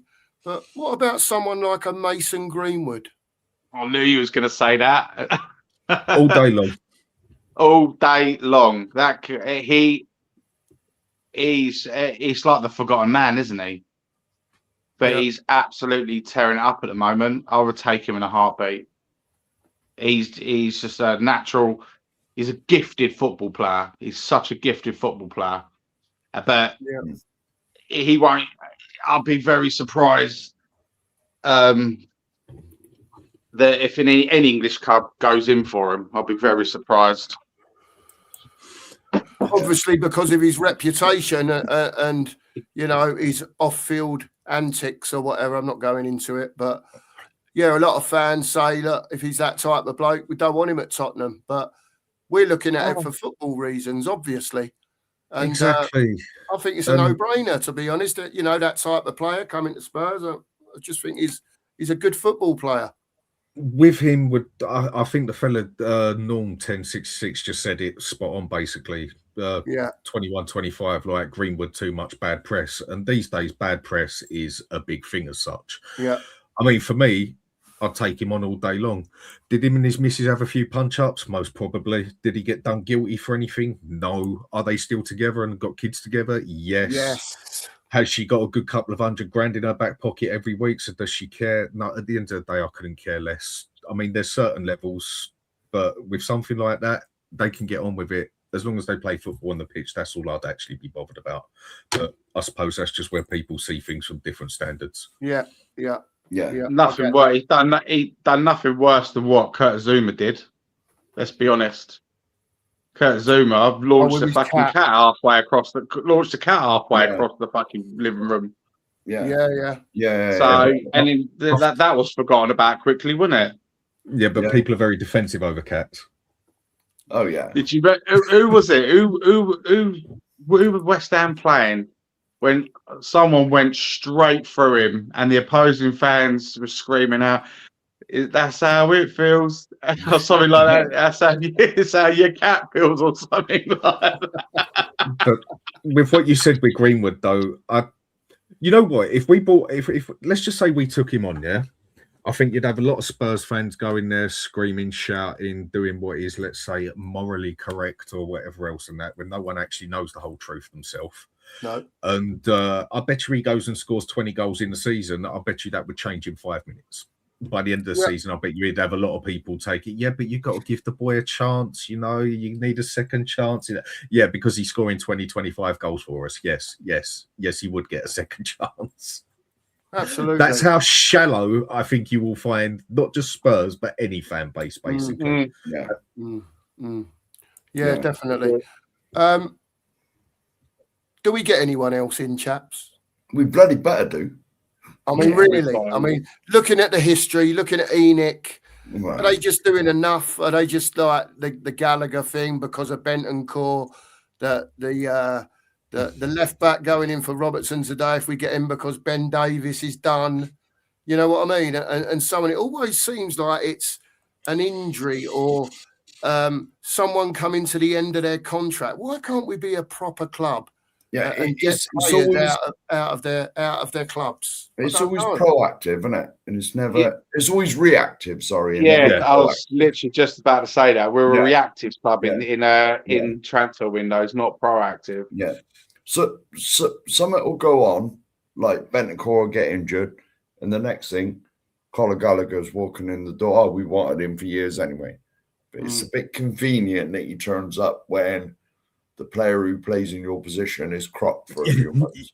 Yeah. You know, and it's like we're on about Robertson now. Ben Davies got stretchered off with a broken ankle, I believe. Yeah. Or certainly a seriously damaged ankle. And then suddenly we're looking at a 31-year-old from Liverpool. You know, would we have bothered with that if Ben Davies never got cropped? Probably not. It's exactly the same. Exactly the same as Xavi Simons. If Maddison didn't get injured, we wouldn't have got Xavi. And the same with Bentancur. If Bentancur didn't get injured, we wouldn't have bought Conor Gallagher. Exactly. No, you see, we're so reactive, and I just can't understand. Like, he comes out in the last match day promo, Vinay, then he with his statement, "Oh, we're going to be bigger and more ambitious." So far, you've been reactive in a transfer market. You've signed a 19-year-old kid that no one's heard of. Yeah. That is not changing your ways, in my opinion. No. If you go out and get me a ball-playing central midfielder, well, not only do we needed a left winger all season, because the left wing has been a massive problem for us all season. You've gone and sold Johnson. Now and then 2-3 days later, Kudus gets injured. Yeah. So now we've only got Odegaard and Tell as your winger options. It looked good in the Champions League the other night, but he's going to change the formation tomorrow. He's going to go back to being pragmatic again. Do you know what Simons was actually bought for, though? Does anybody actually know what position he was actually bought to play? He's supposed to be a number 10, surely. Well, actually, in Germany, he actually played more on the left than he did as 10. Yeah, that's only because, though. And scored just as many goals and just as many assists on the left-hand side as in the middle. Now, with him, I personally could believe he was bought as our left side man to take Son's place as an inside forward, because he ain't a winger, same as Son was never a winger. He's an inside forward. And I think, and plus you can also play a playmaker out on the left or the right. Everyone thinks a playmaker has to be a 10. Well, it doesn't. It's just more of an ideal place for it. But I could easily believe that he was actually bought as our man to take Son's place to be the inside forward and also set up a few as well, get a few assists, goals, whatever from the left. But then that happened with Maddison and it left us in a bit of a predicament, let's say. But then I could easily believe he was bought for the number 10 role as well. Yeah. Big up Danny Kuriaku, by the way. Big up, Dad. Nice to see you. We need... if I had my way, I would bring in another forward, send that donkey back to PSG. He doesn't want to be at this club. Yeah, you can tell. Did you watch him against Dortmund the other night? Literally just come on the pitch, didn't he? Simmons puts a lovely through ball for him to run onto, and he just stops. He fucking stops. And Spence was 10 yards behind him, ran past it, and got the ball. All right, nothing come of that play. If he would have carried on running, Spence would have had someone to square that across to. Yeah, that's the players we've got playing for our club at the moment. I'll be honest with you. Whenever I've seen Muani play, you can tell he's not interested. And I'll be honest, if you go to his house, he's probably got a suitcase packed, ready to go back to Paris. Yeah, great. Yeah, he was sent here on loan, probably against his wishes. And he's probably thinking, get this season over with, I can get them out of here. You know what I mean? Go and get me Dusan Vlahovic. Juventus are screaming for money. Yeah. And he's not. We all know he's not the best player out there, but he is. He's a million times better than what we've got, and he's a good finisher of the ball. Physically strong, he can hold the ball up. He can do what Don Solanke does, just in my opinion, 10 times better. Dan, what do you think of Vlahovic? He's one who didn't live up to his standards, basically, of what he was expected to be. Yeah. I mean, when he was at Fiorentina, he looked like a proper shiner. And then since he's been at Juventus, it's been very, very up and down. And injuries have had a bit to do with that as well. I've watched him play plenty of times. Would he have the mentality for the Premier League? I don't know. Has he got the capability of it?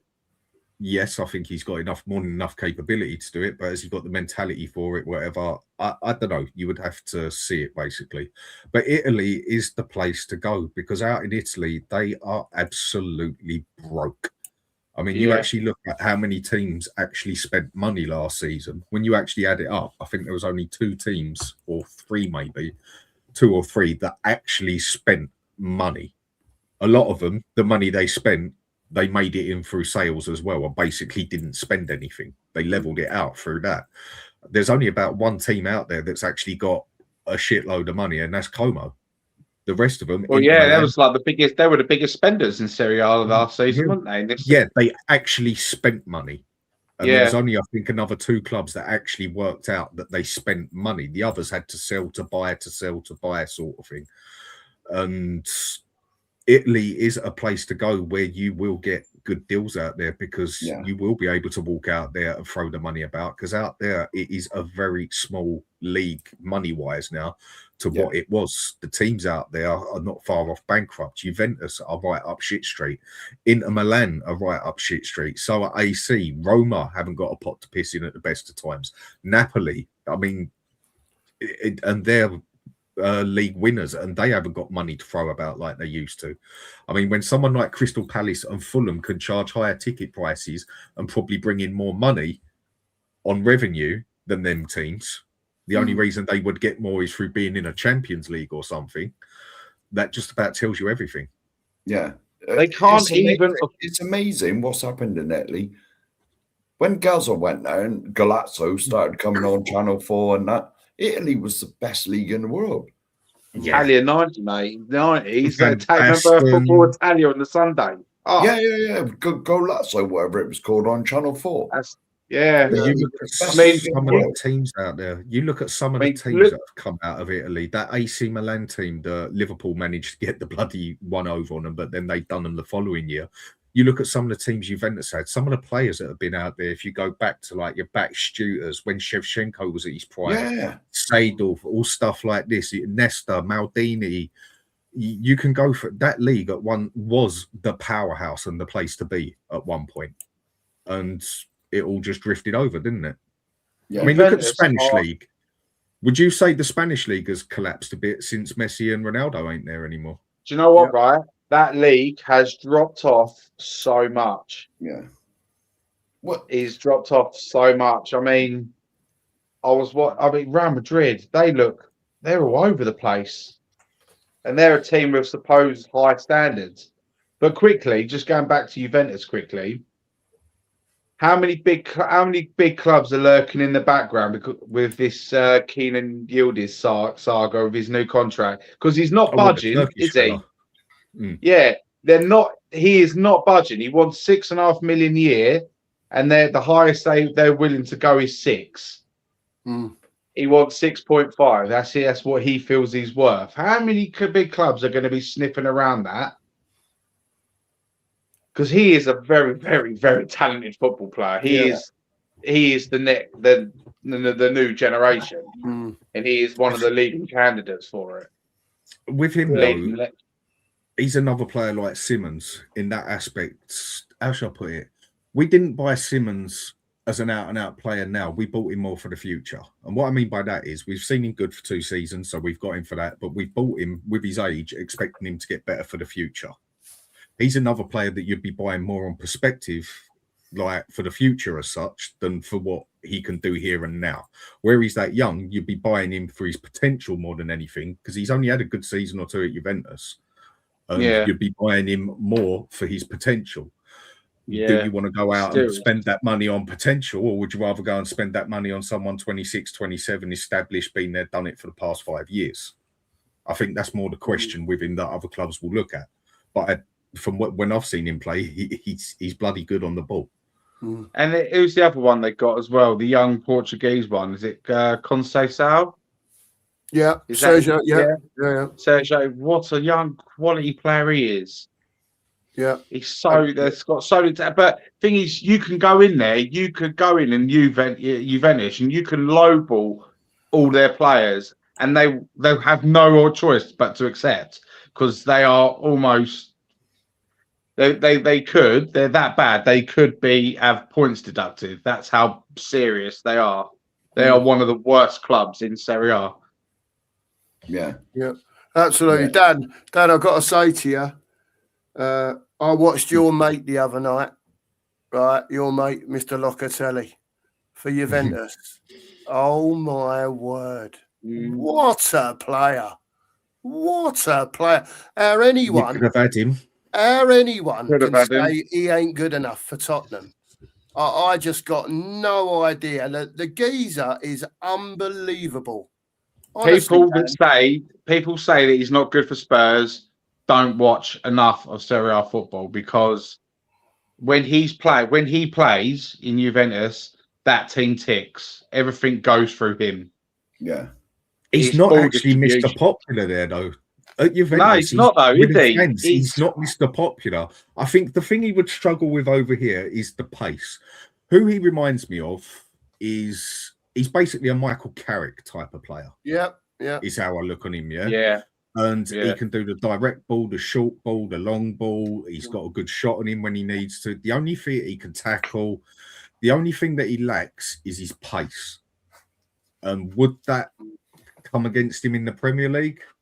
Depending how we play him, depending how we want to use him. To be a DM or a deep line playmaker DM at the same time, do you need to have that much pace? Not necessarily. No. It would all go down to the manager and how we want to play him. But you go and play someone like him alongside Gallagher, I think you've got a pretty solid 2 there. Them 2, I think, would work very well together, because you've got one player who's got all the energy to run about and get everything done, and then you've got the other one who can sit tight, be the ball winner, and then also be able to distribute the ball well, which is one thing Paulinho can't do. As a DM, he is extremely good. but that's it. Anything else is not his game as such. Whereas when you've got someone who can be a good DM, but then also be a good deep line playmaker at the same time, you sort of got the best of both worlds. And then you've got your man next to you who's got all the energy to cover everything up, basically. That's what Locatelli and Gallagher, I think them two could work very well together, bounce off each other, basically. Yeah. He's some player in, mate. Yeah. Oh, I'm just going to add to this, mate. Yeah. From Nialo. We talked about this probably, 15 minutes ago? Yeah, half hour ago. Yeah. Yeah, half an hour ago.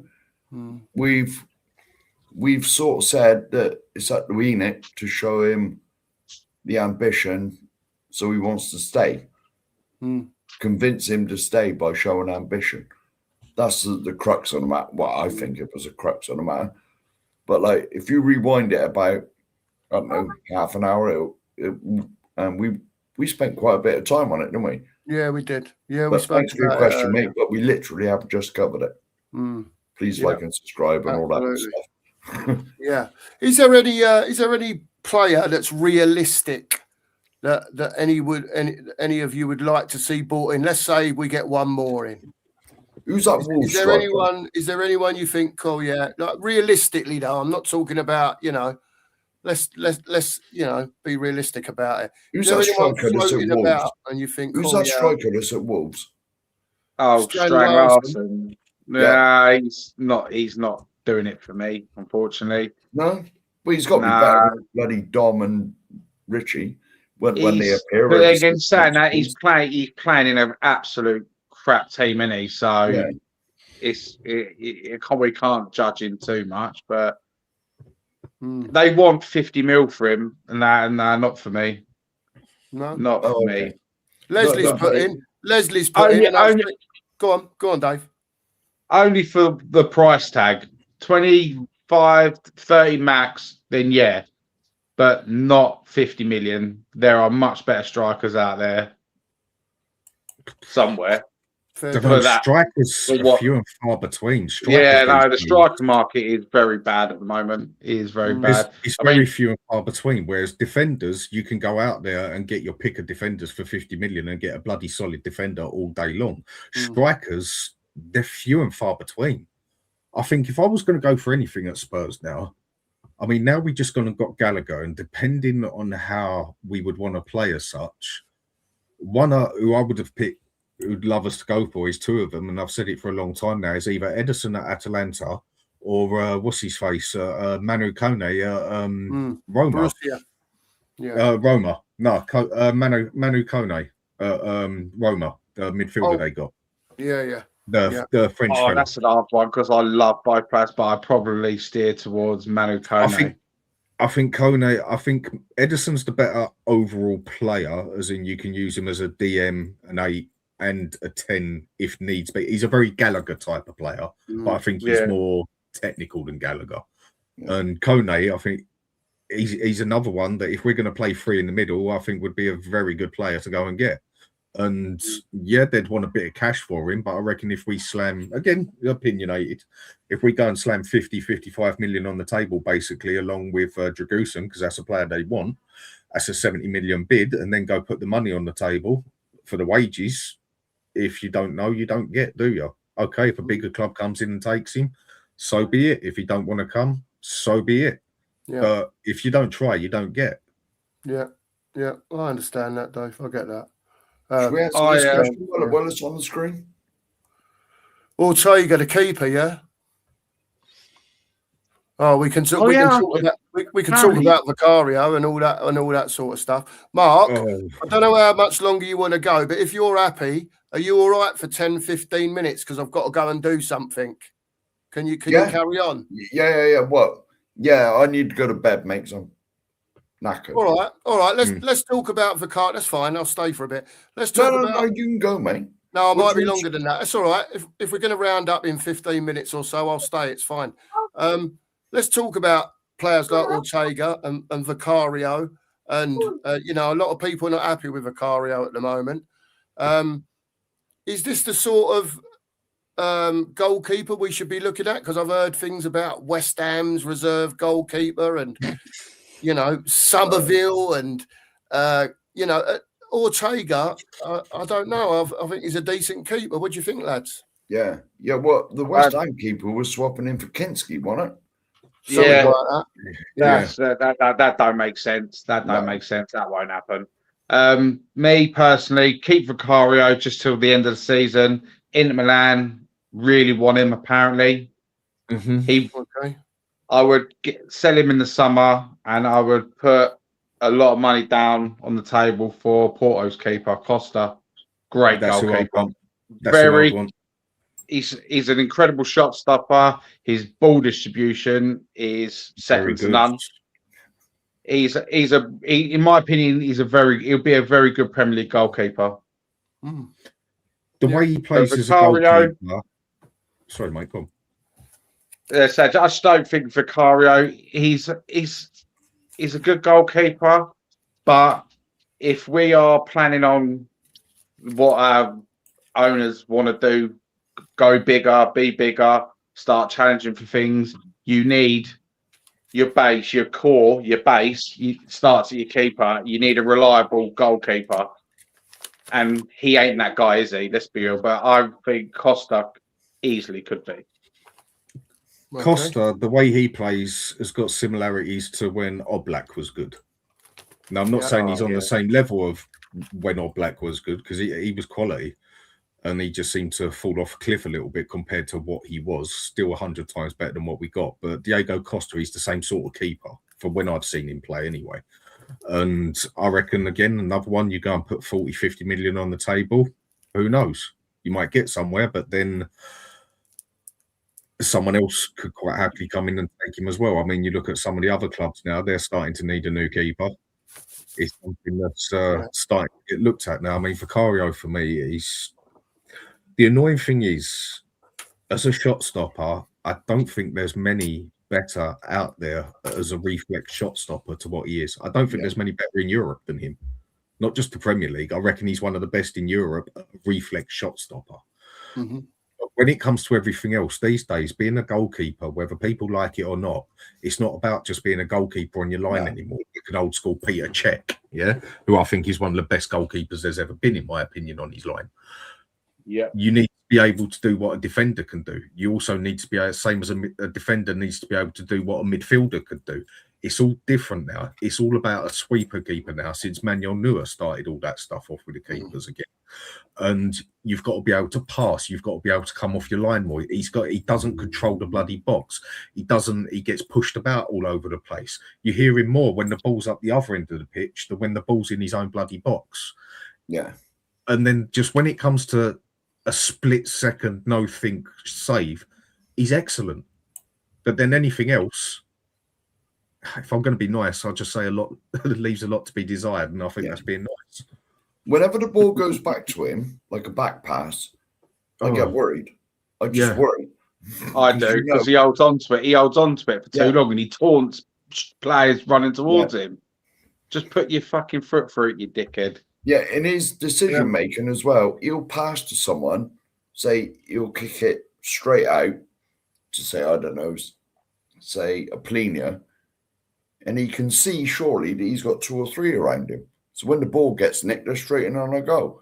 With whenever it goes back to him, 1-on-1, if someone runs through 1-on-1 with him, no problems with that, because he's a great shot stopper and he's a good keeper for that sort of side.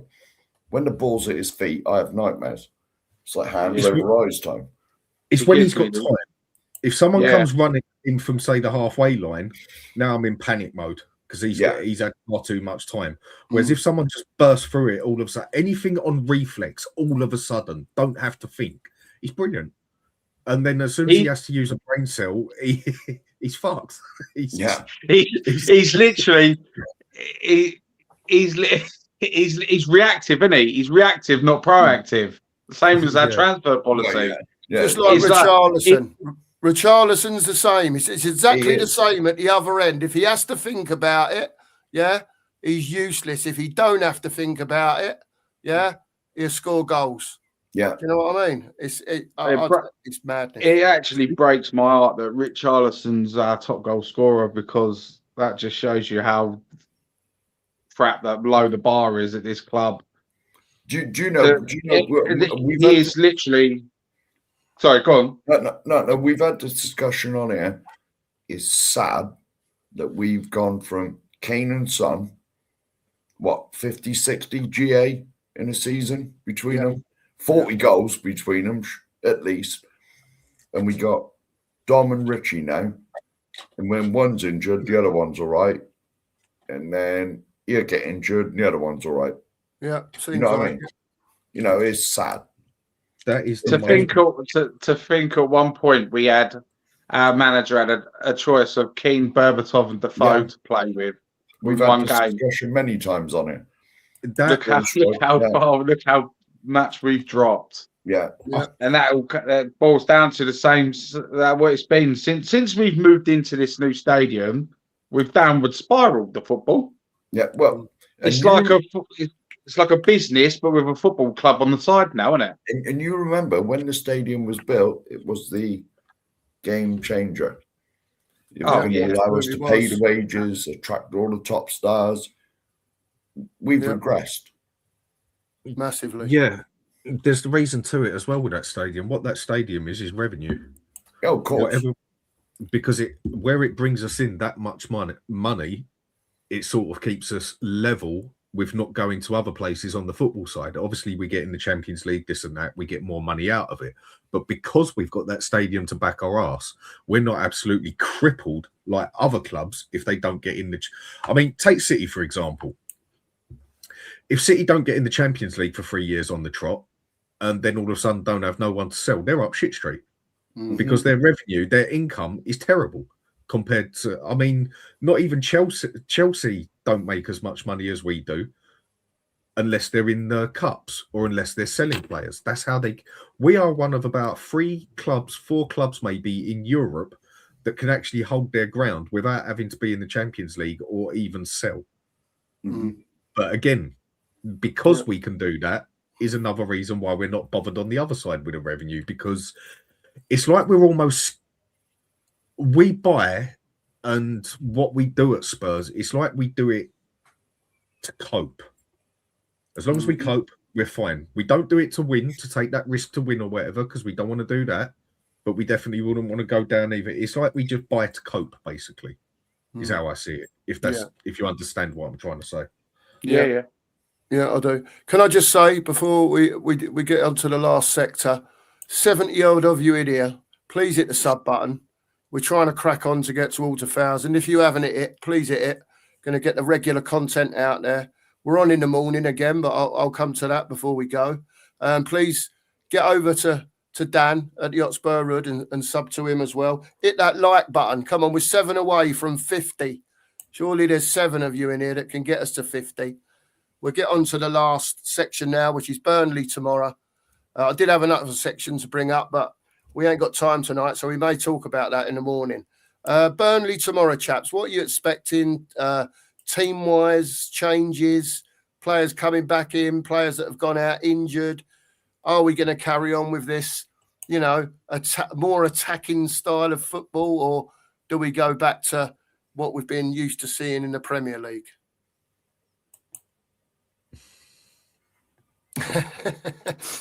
Go on, Dan, you go first. You go, mate.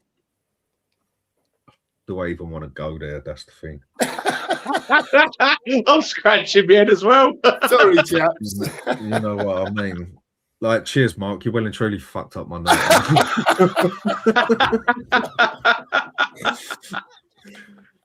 It is just that thing. It's that game we got coming up now is going to be a very, very, very hard game for the sheer fact of it's a total different kettle of fish. It's a whole different style of football.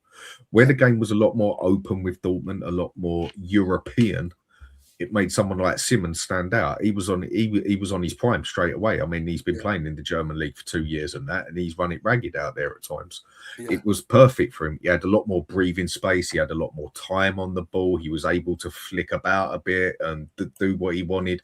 Whereas in the Premier League, you don't get that chance. You get you get that 0.5 second time or second less time to think, which is a hell of a lot of time.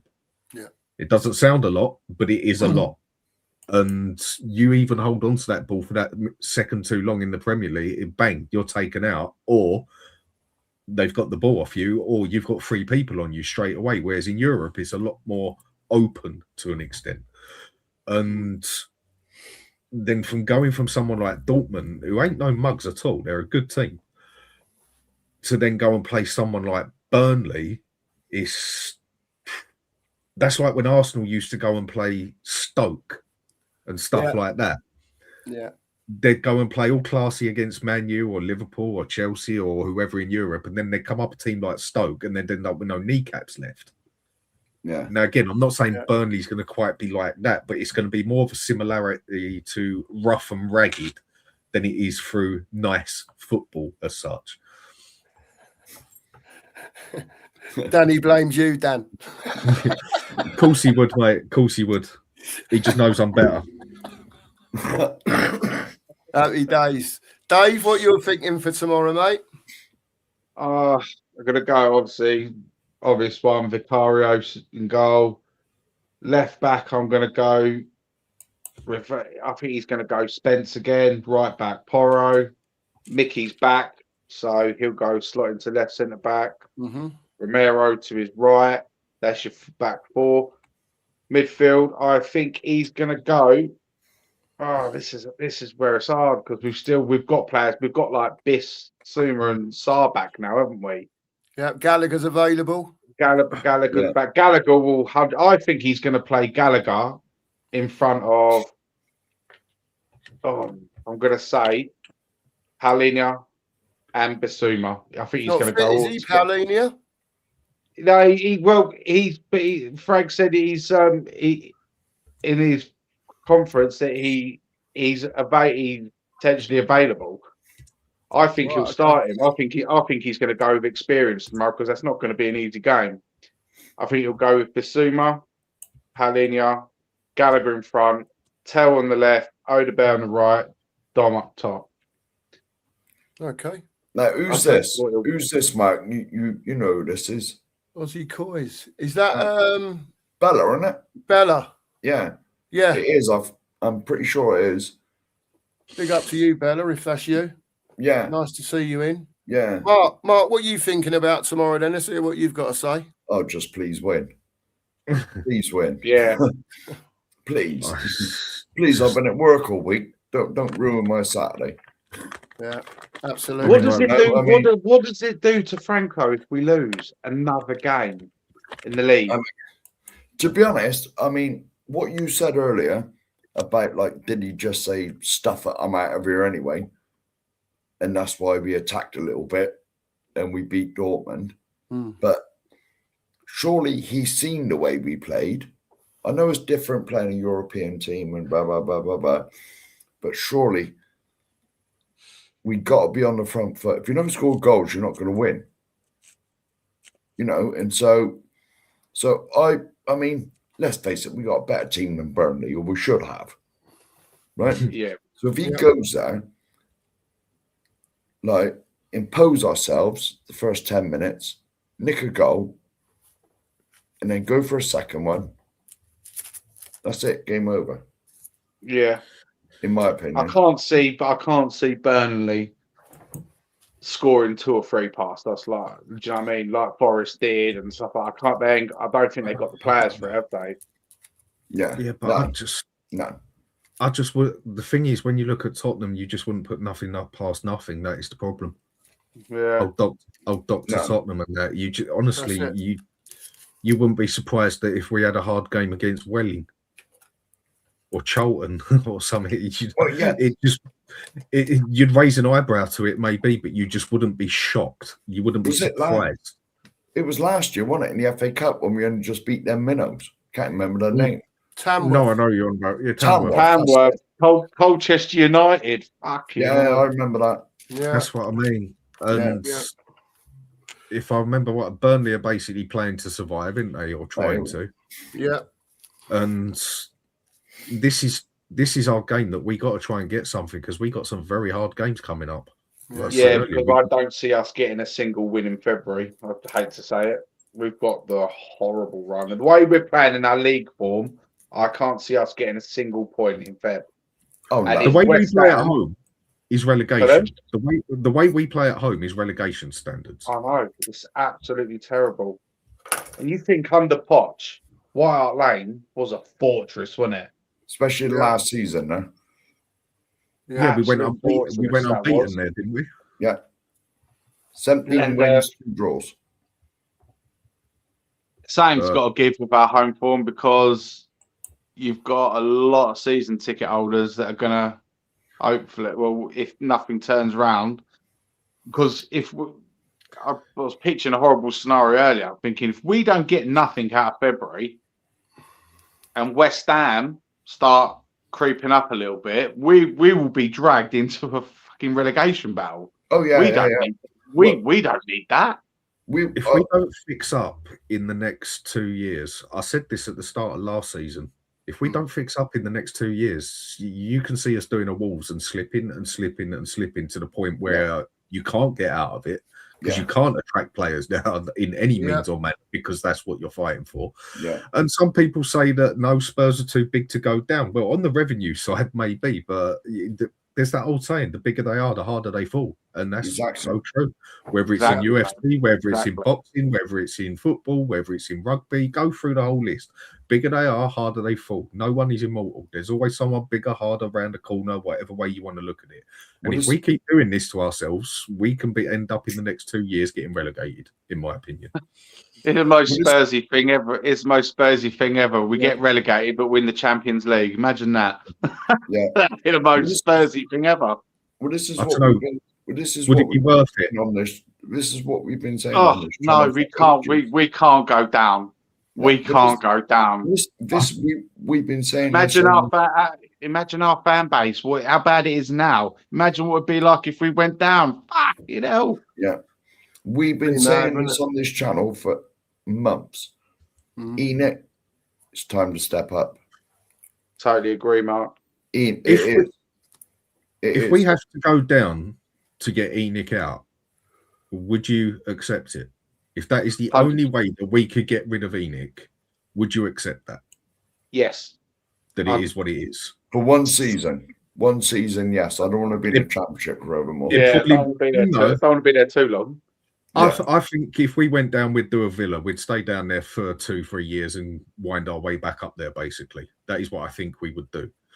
And if that is what would have to get done to get Enoch out, then I would accept Spurs getting relegated. As painful as it is, and the piss taking we'd have to put up with, I'd take it just to get Enoch gone. Yeah, if it got him out, I got to agree. I'm the same. I'd go into hibernation for 2 years, 3 years, but I just turn my phone off. Yeah, because the amount of abuse I would get. Delete your YouTube page. Everything. Lads, last thing before we go, give us your scores on the doors for tomorrow. I reckon we're going to do what West Ham done to us, and that is beat them 2-1 in a very, very dirty, disgusting manner. Ooh. Basically what West Ham done to us. Yeah. I think it's hard to call that current league form, but I'm going to be optimistic and I'm going to say exactly the same it was at our ground, 3-0. That's just me being optimistic. Yeah. Mark? I'm going with hopium. I'm on pure hopium, and I'm going for this.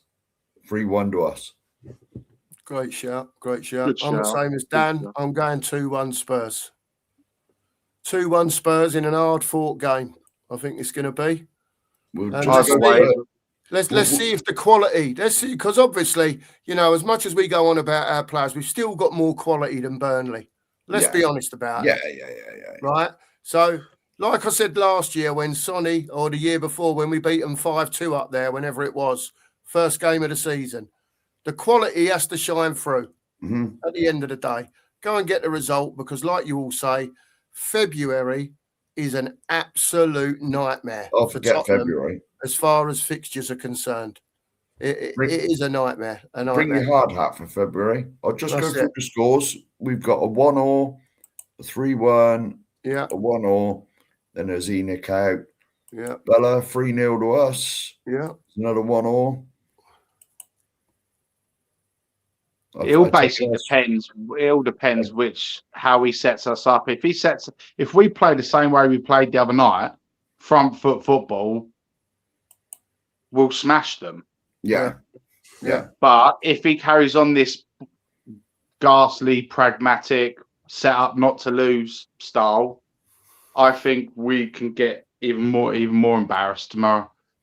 But the thing is, I think we play better when we play a more pragmatic than we do attacking football, because 9 times out of 10, we've always looked at our best when we sit back and fast counter attack.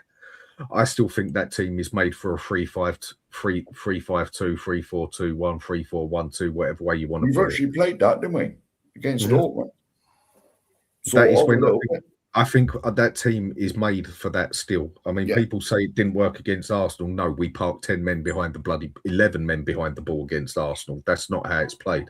People think 3 at the back is going out and out defence. It's not. You can be the most attacking. With 3 at the back, you can be out and out attack, basically.